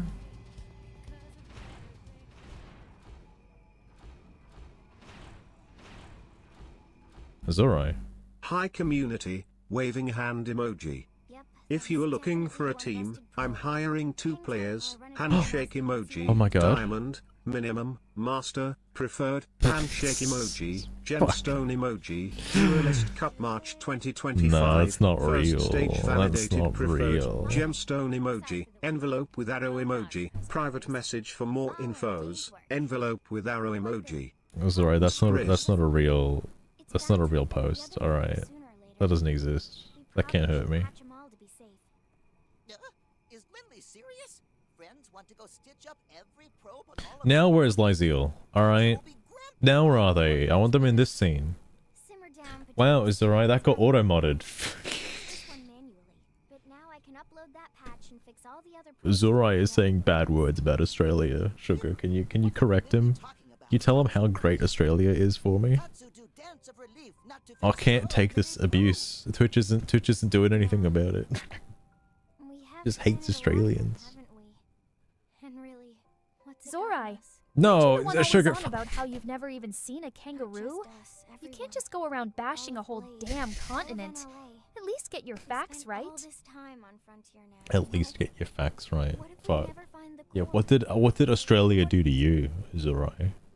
We've searched all over this planet looking for the Lifehold core. What if it's not even here? Oh, it's because the speech to text didn't like. The whole thing smashed to bits when it crashed down. You know that's not possible. Do I? I mean, what about Caboose? What about Caboose, mate? These MIMs remotely from the core. It can't have been destroyed. Also, I forgot. I think there was a Yu-Gi-Oh thing I was going to mention, but I forgot what it was. I haven't played Master Duel in a little bit, and it's kind of bad because, like, I think the Sky Striker pack is about to leave, and I still haven't gotten that Shizuku. I'm a little upset. Nah, sorry. No way. No way. Look, you made Lynn cry. Look at that. By saying Australia sucks. It's been a long couple of months. They extended it? What? Being inside these What? MIMs takes its toll on all of us. That's very nice. It's very generous of them. Probably the fucking biggest money maker, honestly. All right. Oh, look, there's the other character. And them cheeks. What were they thinking? I like how they're just silent in all these cutscenes and they're just standing there in the most provocative outfit. These moons. Why would you make an artificial body that can cry tears? This dog shit. So Wait, what? There's a new pack? Does it have heroes in it at least, for the love of God? Tears I don't know why they're holding out so much for the evil heroes, man. Like, I don't know why they're waiting. and unwanted feelings too. You feel better. They got so much other shit in the game already. Just put them in. Fucking put them I in. guess those mim makers knew what they were doing after all. Goblin support. Oh. Ugh. I'll be sure Ugh. to tell them I do want to, Thanks. mess about with Flame Swordsman in Master Duel. friends here. I know he's absolute dog shit, but I hope he's not, like, I hope the cards to use him aren't all ultra rare. I'll be a little fucking mad. There. Inferno. Well, look, Azurai, I was very close. I was very close because, and here's why. Yeah, Azurai, I've heard combos with Flame Swordsman and Infernoble. Problem is, I have Ignites, but I have heard that Infernobles and Ignites work well together. Unfortunately, I don't think Ignites, Infernobles, and Flame Swordsman all work together. Like a 60 card pile of 3 major archetypes. I don't think you can do that. It's like, it's either one of the other two. Like, I gotta cut one of them. Oh, and I don't think Ignites and Flame Swordsman work as well as, you know, I'd want them to. So, and that's my preferred one, because I don't have any Infernoble cards.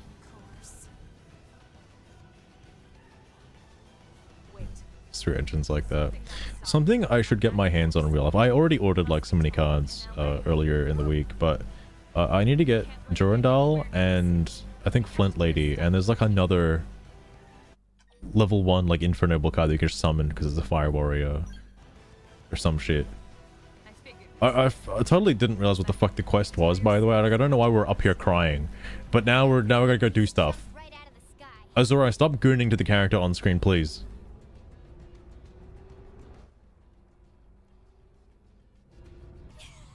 Oh, and also this character too, I forgot. Just everywhere, alright. This one wasn't my fault, okay? Oh, speaking of, one of the new characters, Neil Nile or whatever, is one of the aliens. I feel like, look, hear me out. I think the new characters might be slightly fan servicey, alright? Maybe. They're just waifus, okay? But hey, they just put it in the game, so like, whatever. Ready for the fun part? Melee attack. Let me attack an appendage, I guess. Gravity slash. Man, imagine doing this fight without flying. Wouldn't that fucking suck shit? I don't know if you can though. I don't think you're allowed to. Oh, that's convenient. You cock time. I got the cock time event.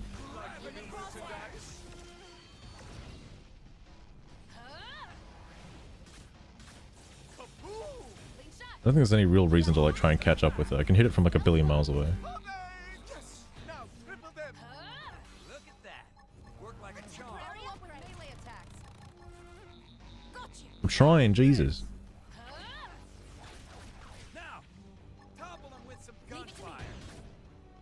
I'd attack at range now if I were you. Leave it to me. Alright, we're right underneath it. Okay.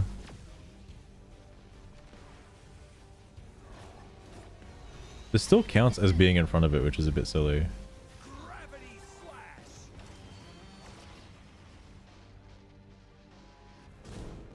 Dude, Tritus getting a cool achievement. Thanks, bro. Appreciate it. Don't know who the fuck that is.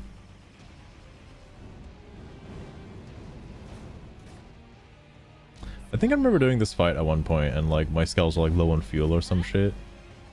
I forget what the actual cause was. Where the fuck are they? Bro, oh, they're fighting the other dudes. Let's wake 'em up with Hold some up. lead.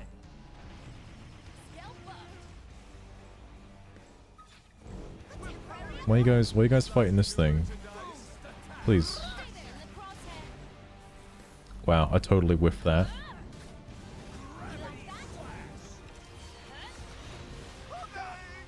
me up with some cover fire. Of course. Allow us. Yeah, Zora, give me a minute. I'll go back to it. I'll go back to it. Don't worry. You insipid little germs. Why is there a cutscene happening now? Also, the fucking... I need to try and finish the crowns as soon as possible, because I don't want to have... Like, I would love to play this game for, like, the rest of the year if I could, alright? The only thing that's, like, stopping me is the fact that I need to finish, platinuming, fucking Monster Hunter. It's not your Like, I'm almost there. I'm almost there, by the way. I can almost do it. The only thing stopping me are the crowns. And, like, it's really difficult to hunt... Because, okay, here's the thing, right? It's so easy to go into an SOS flare and find somebody hunting a monster, look at their other monsters in that investigation, and find a gold crown, okay? Because randomly, somebody might just have a gold crown on their investigation for something else.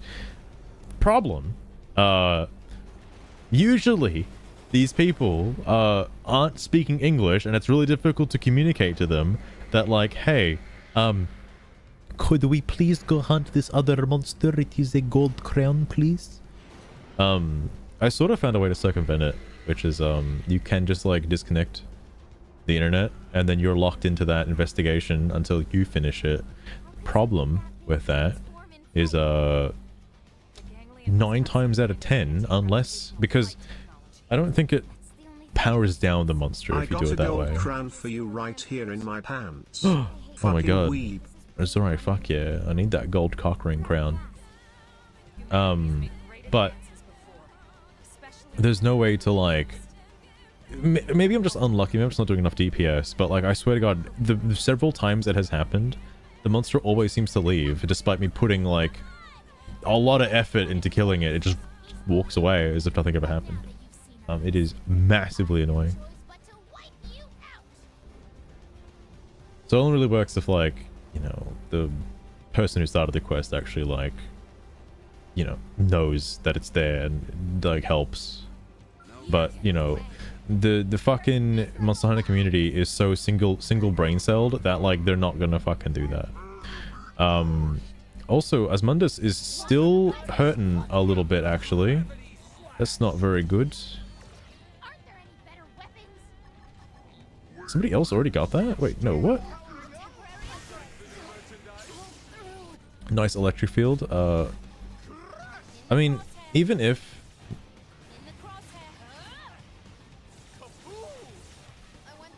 Yeah, even if they go down, they're still good. That's fine.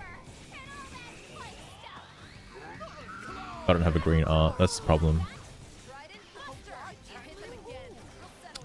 Honestly, CJ, I have absolutely no clue who would have done it.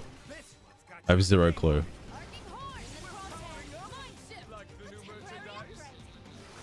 Currently, morale level is pretty shit.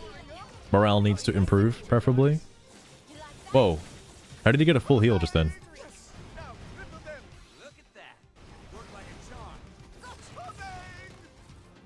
L, please. I can hear L screaming in my soul.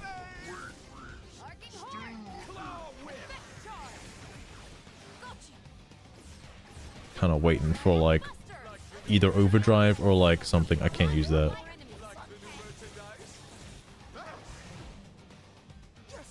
Ally Zeal's got this, alright. Oh, shit. He's got little dudes. He's got little dudes. Oh, he's moving. That's what's happening. That's a little annoying.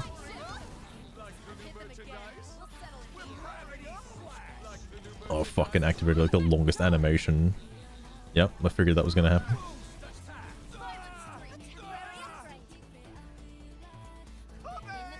Heard Axton. He could be in here. Alright, he could be in here. Oh, dude, I got cock time again. Hell yeah. I wish he wasn't walking like this, because I'm gonna get bumped again.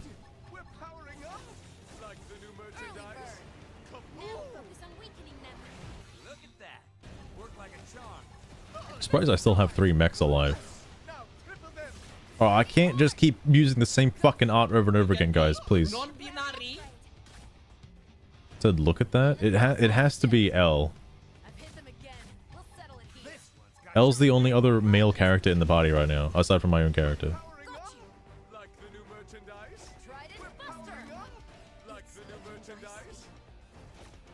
Like the new merchandise. I need to get in front of them if I want extra damage with this. I'm there as well, idiot. Oh my god, is there no way? You're there, gooning, right now?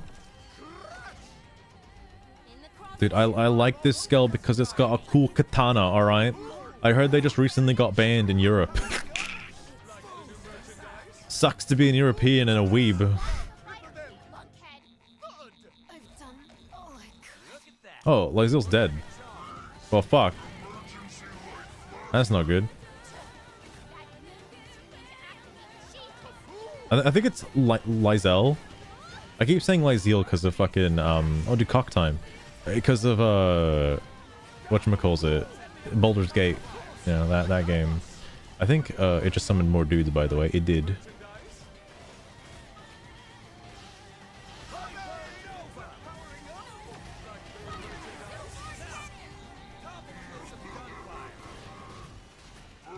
They're weak as fuck, though, but,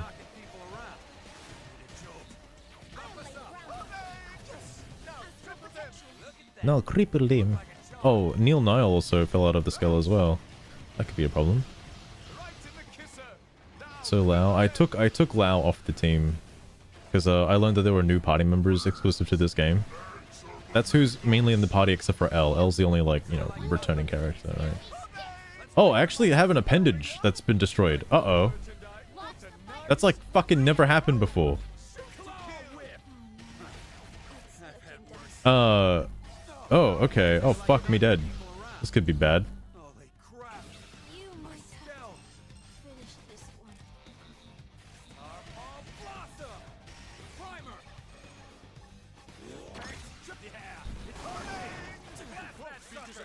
Alright, well, maybe if I'm lucky, alright. Hang on, we can just go like super mode.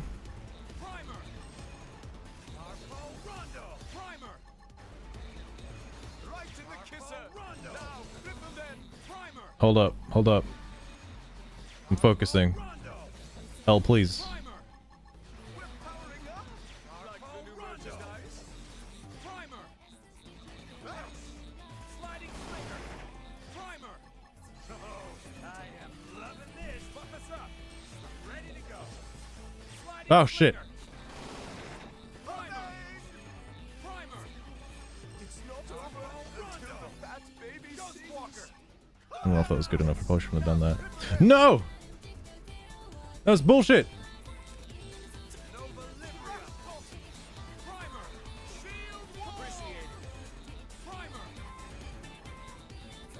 Where is he? Oh my god. No! That's not enough to fucking get it up. Okay, that put me back up a little bit. Okay. I can live with that. I just need to get a little bit more TP. And maybe, if I'm lucky. Bro, he's just fucking... He's just so far away. No.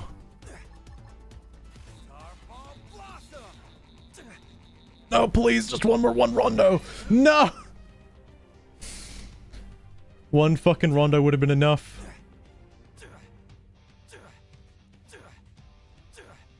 Oh, probably CJ, probably. Could someone get a party started? The fucker. I might just be able to fucking rondo my way to victory real fast. Baby sings. Right then. This number. I fucking didn't mean to do that. Uh-oh. Hang on. Hold. Hold. Hold. One rondo, please. One rondo. Please. Oh my god. Oh my god. No. That might be it. Oh, thank god. Holy fuck.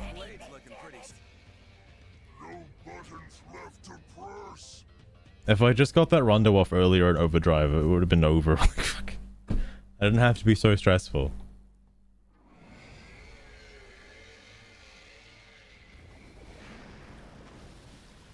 The next mission's level 45, so I'm not gonna do that tonight, but oh, that's fun. No. They're just puny, wretched little humans! The game is almost over, however. I want to try and finish all the side content stuff now, before actually doing, like, you know, the fucking finale shit. Because again, if there is, like, I'll save the final mission for stream, and then, Bye-bye, Nesty I'll do the post-game if there is any. Ganglion learned hard way what happens when you mess with Should we sleep? Don't worry, CJ. I'll be off soon. I have plenty of time to Fought sleep. as a team and we fought well. I only hope there aren't any more like this back at their base. If these things hit the city in numbers, we'd have no chance at all. Exactly. Sorry. Exactly another reason we need to find that Lifehold core as soon as I need to possible. remember that for when Tomodachi Life comes out. Remember Oh, when it just Mom changed. told Alright, us well, that's in fine. Silverland about the ganglion? I can't scroll fast enough. They fear actual human bodies. D- I don't know why that is. Fair enough, CJ. Fair enough. Victory. We're the key to survival. What a cool feature the Switch 1 has. It's so nice.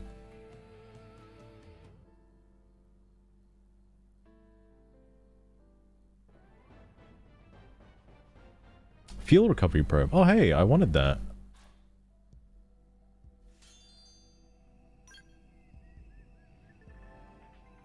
Maxing out Saga interesting corporate level will add... Oh, that adds... That's what adds level 50? Okay. He's level 50. Okay, yeah, that's fine. Like, I'm not level 50 yet. I'm about to get racist. Baba flip explode boolant bova shaky flip explode boonus boonus booziness boosin gigabool obutami meaboo. Oh my god. That's pretty racist, right? That's pretty racist.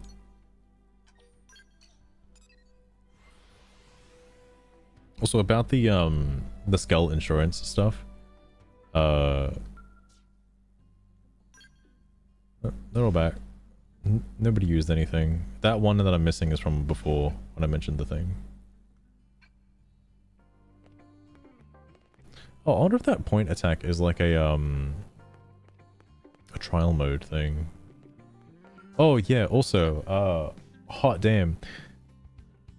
I don't want to hear anybody say that the new Pokemon Zeta A looks good. It looks like absolute fucking garbage. So like, one of the things that was pointed out to me before that new trailer, CJ Earth. and in conjunction with like the old trailer. Such a question. Oh really, Sugar? Today, I am as sassy as a cat being told it can't delve into a fish tank. What the fuck does I that dare mean? you to match my sass. Oh yeah, Zeta T. Zeta T? Yeah, Zeta T is the fucking fan remake. It looks so much better. One thing that was pointed out to me in the first trailer was, oh look at him go. Was the walls.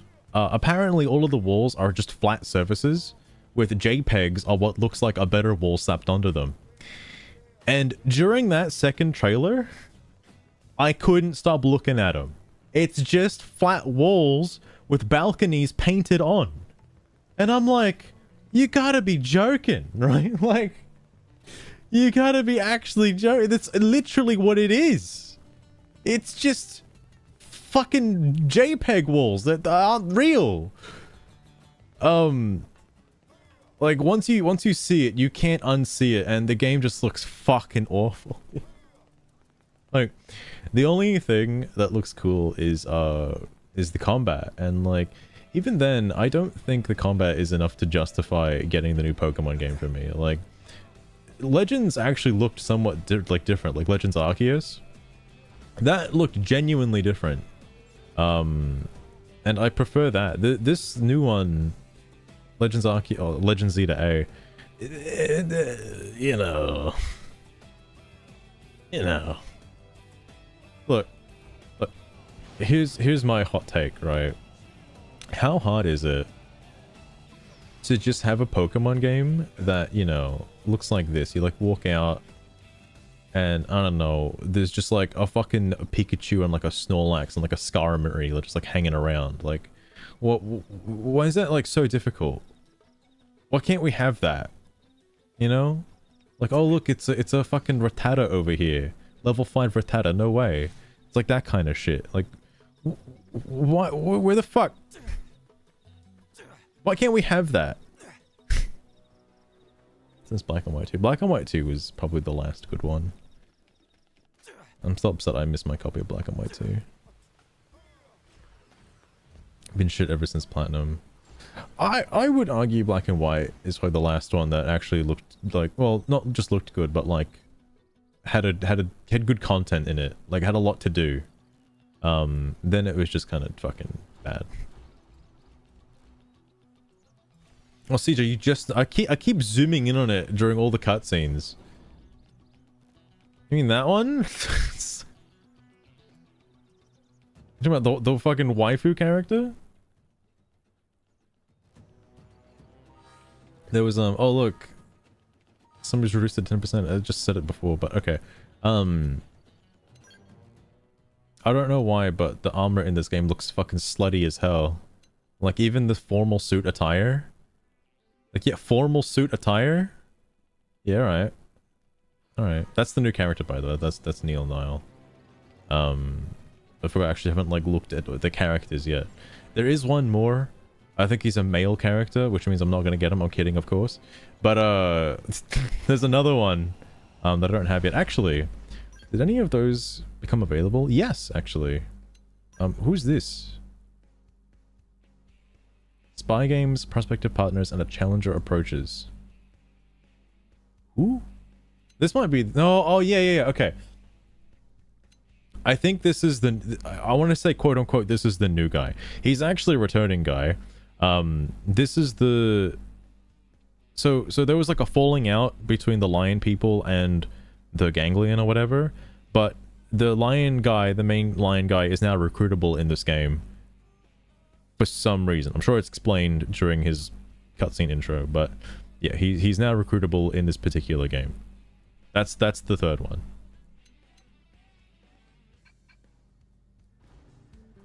Oh, fair enough, CJ, fair enough. This game has like, look, it's got some very like interesting armor. I don't know if I mentioned the what was it? There's like other, it's like other fashion sets. Where's the diving gear set? I think the diving gear is like, you know, a little bit more ridiculous than the bikini set, because it has like under boob. You get a lot of under boob instead. I guess it depends on your preference really, which one you'd want the most. Here, I can help you out. I can help you goon real fast. Does that do it for you? Is that what your gooners want? Yeah, right, fair enough.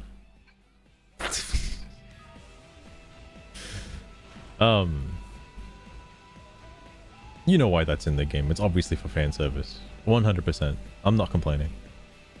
What was the thing I wanted to do? Oh, yeah. Got another fuel probe. Let me just check that real fast. Oh, here it is. I don't think this does anything. I'll keep the duplicator probe there, though.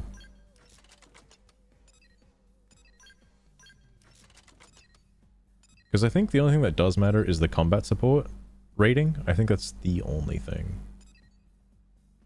And surely there's like an A rank that I'm not using right now, right? Oh, it's an S. Holy fuck.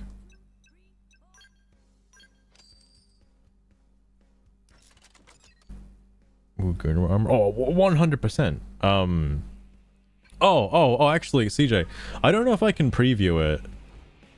You could preview it in the old version of the game. I don't know if you could do it in this one. And hot damn, I am not gonna farm the materials required for it because they're expensive as fuck. But speaking of specific Gunner armor, you got your Dragon Ball Z gear here if you want that. I don't know what this Super Civilization attire is. I'm not sure about that. You got your bunny outfit.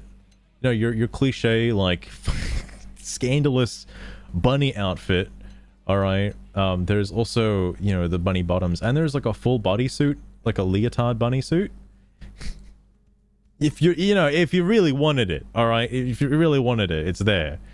Hang on. Let me see how much this is actually going to cost, because it's you need 38 Telethia stem cells. How much is 38 Telethia stem cells? That seems like a lot.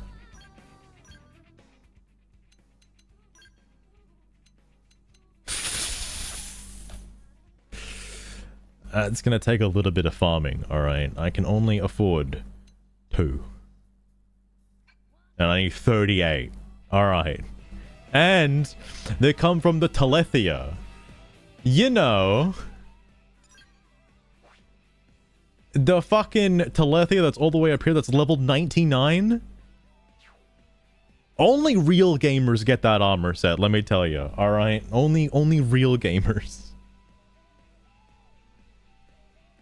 Oh no, CJ. In case you missed it, there's a bunny outfit in the game. You know, like in Dragon Ball, in Dragon Quest, they have like the bunny girls that give you like the pom-pom for whatever the fuck. I forget the thing, the gimmick with it, but they give you like that thing, right? This game has the bunny outfit. All right, it's got the leotard bunny outfit, and it's also got the bikini bunny suit if you want that too. But it is expensive as fuck to try and make. All right, like it takes some of like the god's materials to craft for some reason. Like this is end game armor. All right, this is the cream of the crop. Also, Raucus, welcome to the stream as well. The other thing is it gives you treasure sensor, which is great for drop rates. All right, and I like that in order to craft it, you need lots of drops. So like, wow, that's very counterproductive. So yeah, no, not doing that. Like, if I manage to consistently kill the Telethia somehow, and I know there's a way you can one-shot it by exploiting its weakness with the fucking custom scale weapon that just explodes it in one shot. Like, yeah, when I get that, all right? And that's gonna take a minute, okay? I don't actually know if it... Oh, it shows like some of them are marked here. Does it show that the Telethia is marked? It doesn't show the Telethia being marked, but it's up here somewhere. You can easily farm it. Oh, dude, fuck yeah. Fuck yeah. Just easily farm it. Level 99, get my shit pushed in. Like, in case you're wondering why that's so difficult, CJ, I think this game still follows the same one, with the old one, where your max level in the game is level 60, not level 99. Yeah, 39 levels over max. Yeah. The strongest boss in the... Actually, no. I don't think it's the strongest boss in the game. I think there are... Wait, actually... I'm gonna be talking about my own ass here. Let me check. No. It is. In the original, anyway. I don't know if there's anything higher than level 99. I'm getting it confused with, like, some level 80s and shit that I forgot. I think I was only ever able to kill one of those due to overdrive shenanigans. That being the one in Primordia that's like level 90 or something. The reason why I don't like the Telethia all that much is because you have to fight it in the air. It is basically a skill-only fight. And I never put the time into... Obviously, getting the gear for the Blossom Dance build and like the overdrive bullshit is like... That's like so low tier on the shit that you have to grind in order to get. Like, it's doable by a casual player. The stuff needed to fight the Telethia is like way higher on the list because of the augments. Like, I'm not putting into account obviously upgrading battle traits as well, but also like, you know, getting a bunch of stat augments and shit, like getting all of this stuff to max. Like, I don't know which ones are actually required for any particular thing, but like the Ultra Fauna, oh my god, the holy fuck, bro. Actually, this might be the thing. I don't know what the Telethia is classed as, but you know, I'm sure this would probably help. Here we got Frontier Nav Expert. Holy fuck. People getting achievements left and right. You know what I haven't used yet, by the way? This. I just prefer the main party members. I'm sure there are a lot of people using like proper endgame builds. Just in the blade thing. Surely this is just random searching. I'm hoping I don't see the N word randomly. Okay, thank God. I think we're safe. Rank 3. Oh, drift. Wait, level 61. Oh, you can go beyond level 60 now. Level 70. Oh, I think level 70 is probably the max. They added 10 more levels to the game. Holy fuck. 10 more levels of content. That's huge. I wonder how much of a difference that makes for endgame. I'm curious about that, actually. It's still strange that you can't get to, like... Wait, there's the 76? Hold up, no way. Hold up.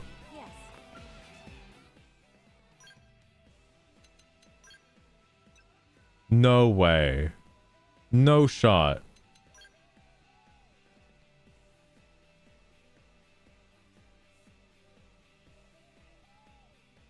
Oh my god. For real? How much extra story is there?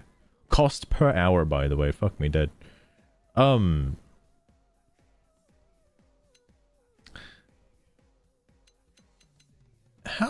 long is this game now? I didn't know you could get to 99. Did the skells keep going? They have to, right? Because, like, I'm so used to there being just, like, level 60 custom skells, and, like, that's the max level of skell. There would have to be level 90 skells now. Have to be. Or, you know, maybe level 99. Shit, man. I didn't know. Well, I might have a lot more of this game left than I thought. Oof. Oh, no. I don't know how much there is post story. It would be crazy if, like, This is wishful thinking, by the way. I don't think this is actually the case. But like, always wanting to have like a Xenoblade Chronicles X2 for a sequel to the game. It might just be packaged into the main game now. Like the post story is like what the sequel would have been if there was a sequel. That would be kind of cool. I don't know if the post story, if there is a post story, is long enough to facilitate it being like an expansion. I know Xenoblade Chronicles 1 Definitive Edition does have like an extra chunk to the story at the end of it, like a big chunk, by the way. And I know like the Golden Lands of Torna and whatever in fucking Xenoblade Chronicles 2 is also like a pretty chunky story. So I'm curious, you know, what is actually like in the post game now. And fuck, man, now I have to do all the side quests and stuff because there's gonna be more side quests.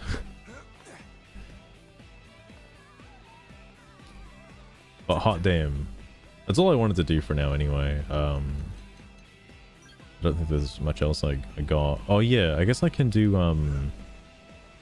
I can fill in like an arms manufacturer or something maybe. I can't max out Sakuraba, I don't think. No. And I can't do this one yet either. I want to know about extremely loyal customers. I'm assuming like if I give him a lot of stuff, he'll actually develop me some pretty good gear or like high-end shit. What is this? What does this company give me actually? I don't know. Lila Queen? Oops, I invested one accidentally. Oh, cool.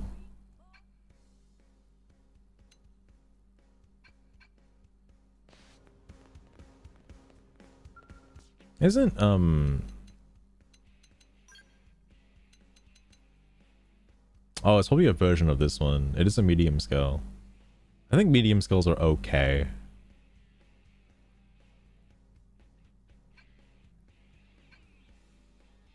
I thought it would be a heavy. Because heavies can use exclusive gear. Obviously, I know that the Eris 90 isn't the best. Well, obviously, this is talking about the old version of the game now. I don't know what the fuck is in the end game for the new one now. And there's probably a shitload more stuff. But, like, the Eris 90 is, like, the best scale out of the box. Like, if you just want something to use for end game quickly and, like, you know, getting to something better, Eris 90 is just, like... It's basically like this thing, but comes packaged a little bit better. You can't customize the Eris 90. You just get what it has, and that's about it. But it helps for like, you know, farming some stuff.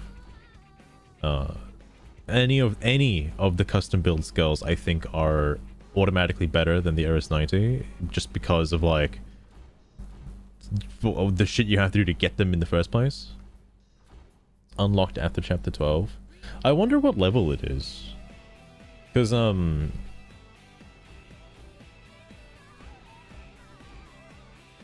my god, what the fuck? What am I saving?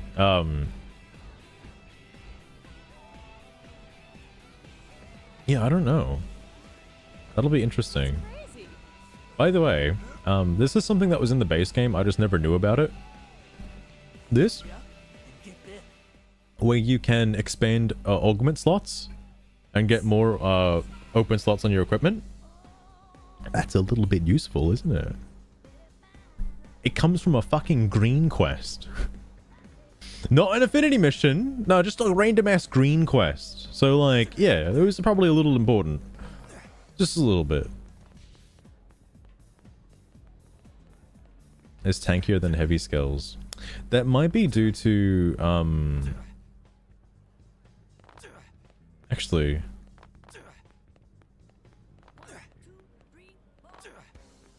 I wonder why. I know the purpose for the light skills is to stack evasion and not tankiness. Heavy skills don't get as much evasion, unfortunately. Like, you're kind of limited by the armor they can equip. I don't actually know. I know that enemies in the wild can drop they can drop scale armor, but looking at the ones in the store, there's an obvious like pattern to how they work. Where heavy armor is primarily focused on elemental resistance instead of actual physical resistance. The ruler of skulls, oh my god.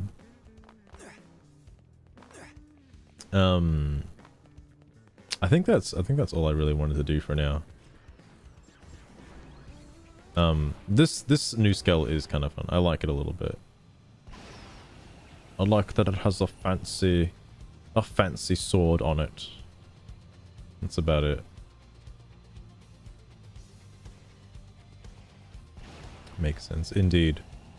Oh yeah, also because I never progressed the green quests all that much back in the original game, I didn't know that the ganglion are like, well, some of them anyway, or there's like a branch of them that are like good guys, and they have like a whole wedding scene and stuff. Fucking had no idea. Wait, I thought I wasn't allowed to take my scale in here. What? Oh, okay, never mind.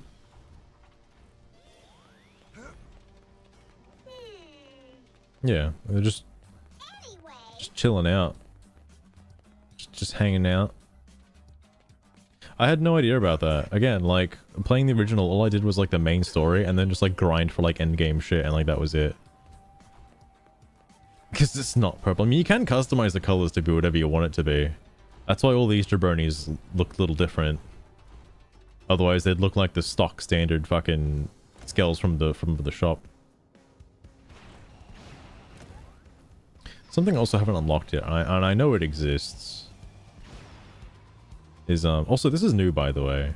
Free falling was always in, but like this effect that happens when you free fall is new.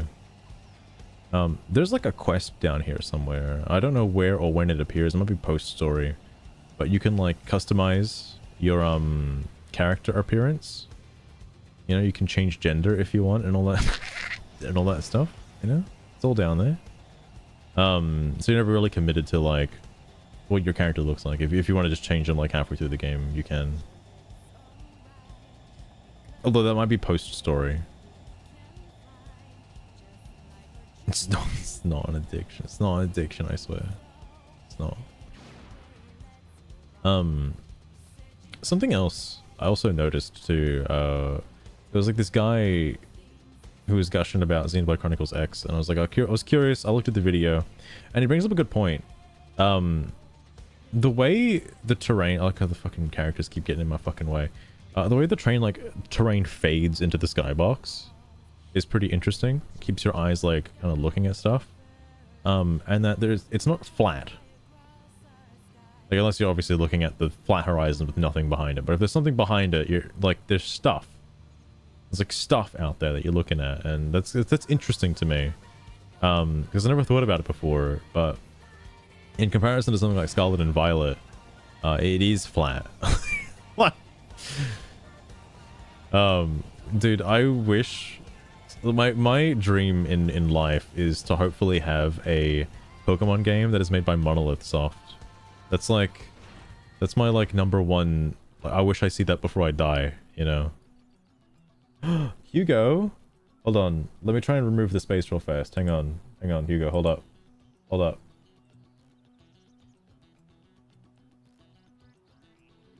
Did I remove it? I think I removed it. Shit, I removed the whole thing. Fuck. It will never happen. The problem why it won't happen is because they keep making a lot of money. Here's my hot take, by the way. I know I've mentioned this before. Can you do emotes in the skull? No, you can't. Of course you can't. Here's my hot take. I feel like Xenoblade Chronicles 2 is very good groundwork for what a Pokemon game should be like. Just replace the blades with trainers and the characters with Pokemon. Or vice versa, or other way around, doesn't really matter. Point is, you have like the trainer that's like sort of tethered to the Pokemon and like kind of runs around like you know, and like looks at stuff, and you're controlling the like Pokemon, and your A, B, X, and Y are all the moves that the 4 moves that you learn. Like that'd be kind of cool.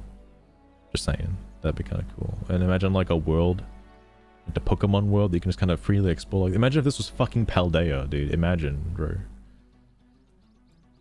Not caring about quality. I mean, in some aspects, in their first party games, and I don't think Nintendo counts Pokemon as a first party game because it's more like Game Freak's love child, right? For Mario, Zelda, and Samus and Metroid, they're like, they care about quality for those games, not so much about Pokemon for some reason. And I don't think that's because Pokemon's like, it's a big seller, but it could be an even bigger seller, you know? And I don't think it'll ever reach those heights. I thought, you know, after Palworld came out and how Game Freak was so quiet about Zeta A, like any info on Zeta A, I thought when the first announcement for Legend Zeta A would happen, it would take a little bit more inspiration from Palworld because, you know, that game kind of fucking exploded a little bit. Maybe it would be interesting to have a like an actual Pokemon game like that, maybe. But no, of course not. Of course not. Dude, can't wait to fight that thing. That'd be cool.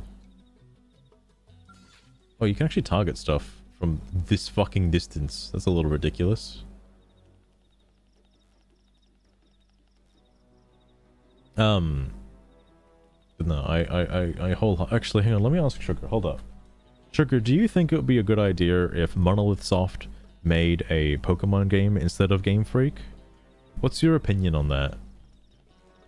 And if, I swear to God, if you say like, no, it won't be as good, I swear to, wait, what the fuck? Oh, I just finished a mission. Huh.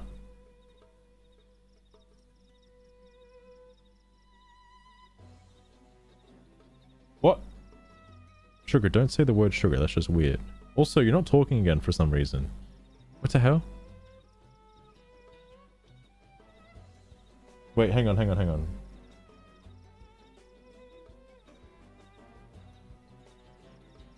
You know, it transferred correctly.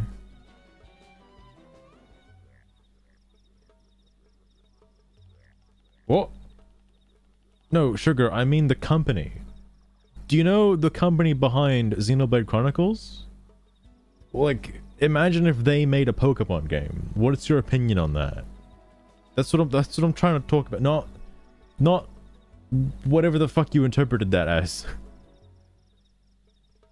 Where's the dragon that totally exists? Do you mean like that one? Is that a dragon?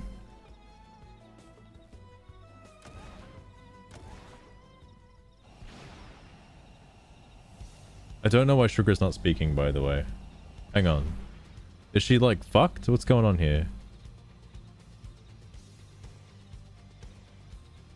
Pog online poggers. Okay, no, like her voice is still there. Alright, whatever. Level 90, by the way. Oof.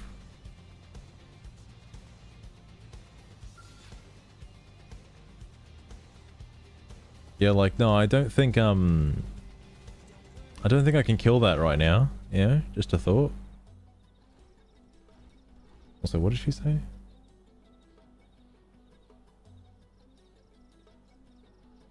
A decently evolving storyline. Wait. Every generation, you know. Oh yeah, okay, alright. Sugar, alright. I see what you're getting at.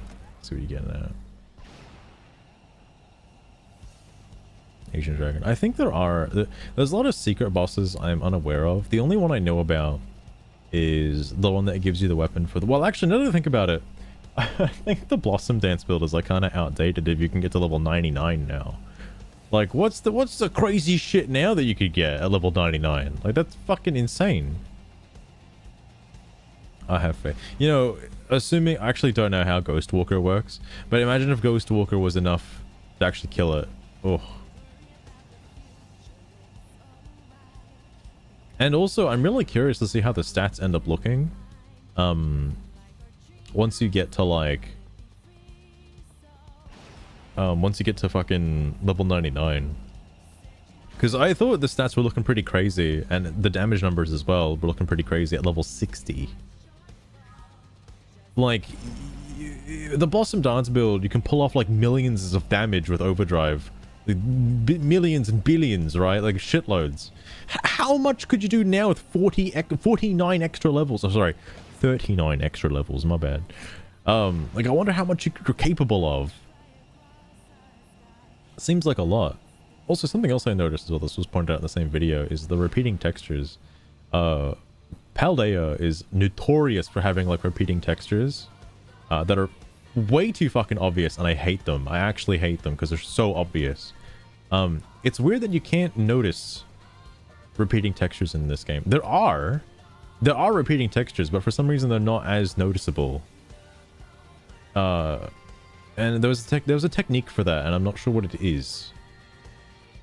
But I don't know. It's just interesting. Just another thing that's like slightly interesting. I had to stop the lyrics with the song before they started getting too out of hand because it doesn't make any sense. Somebody completed a task. I should probably just stay online occasionally because people do the squad tasks as part of like other quests. Or maybe there is somebody going out actually doing them, but sometimes they might just be part of other quests and you just kind of get them done. But yeah, you just get like squad tickets if somebody completes them. Pretty cool. Sniper is the best build. I'd believe it. I don't know if it's because... Where is it? No, not skills. Not skills. Not skills. Listen, classes.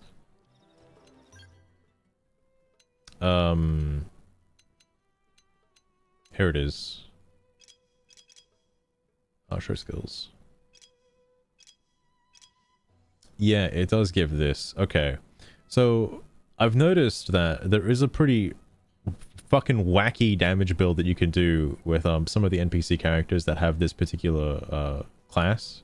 The Partisan Eagle. Because they focus a lot on shock and electric damage, and you can boost shock and electric damage by a lot. Which is kind of insane. I just haven't used Javelin / Sniper Rifle before. I mean, you don't have to use the fucking Sniper Rifle or the Javelin independently. You still get these skills and stuff just by maxing out the class. But the reason I wanted to go the Galactic Knight as well is because I haven't used this stuff before, and it's pretty cool. I like the laser sword. I think it's pretty neat. I have not used the ray gun. I haven't used either of these weapons. Obviously, Full Metal Jaguar and Duelist are like the two main things that everybody fucking uses. I have also not used the shield and Gatling gun because they don't interest me in the slightest. That's like a tank build. No. No tank build, please.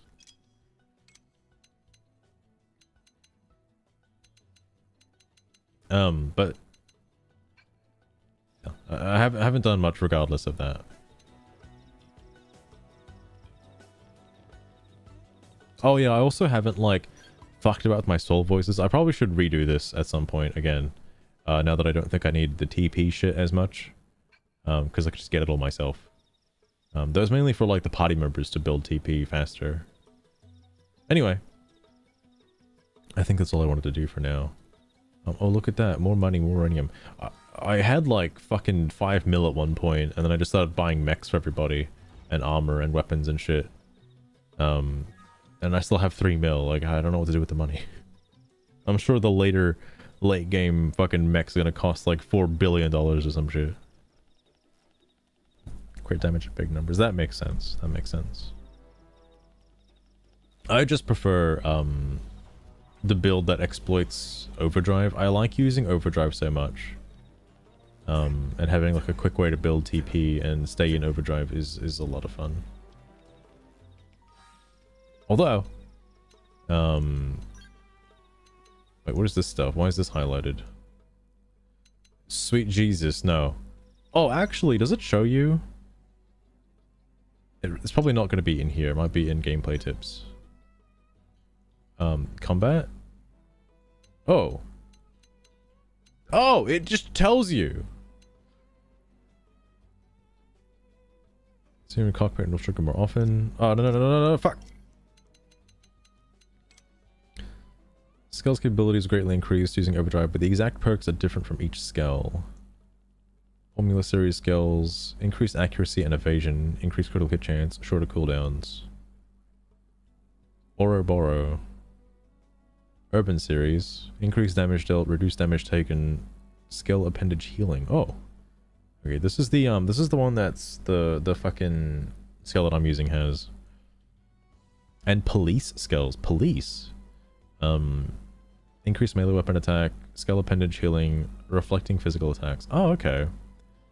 Nuggy, timed regen, appendage healing, reduced damage taken, immunity to debuffs. That's the one that comes off of the Lila series. Hibana, skill appendage healing, increased range, weapon attack, reflecting thermal attacks. Oh. Increased range damage, reflecting beam attacks, reduced damage taken. Absorb fuel on melee attacks. Oh, that's why it has so much. Okay. Double enemy appendage damage and increased melee weapon attack. Okay.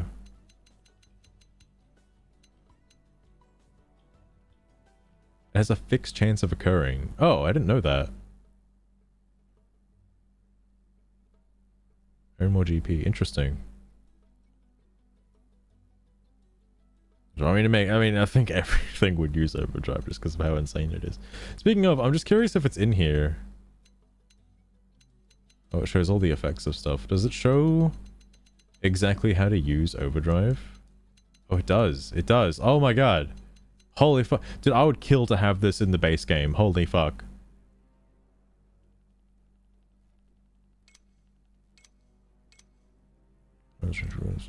Yeah. Okay, what about this stuff?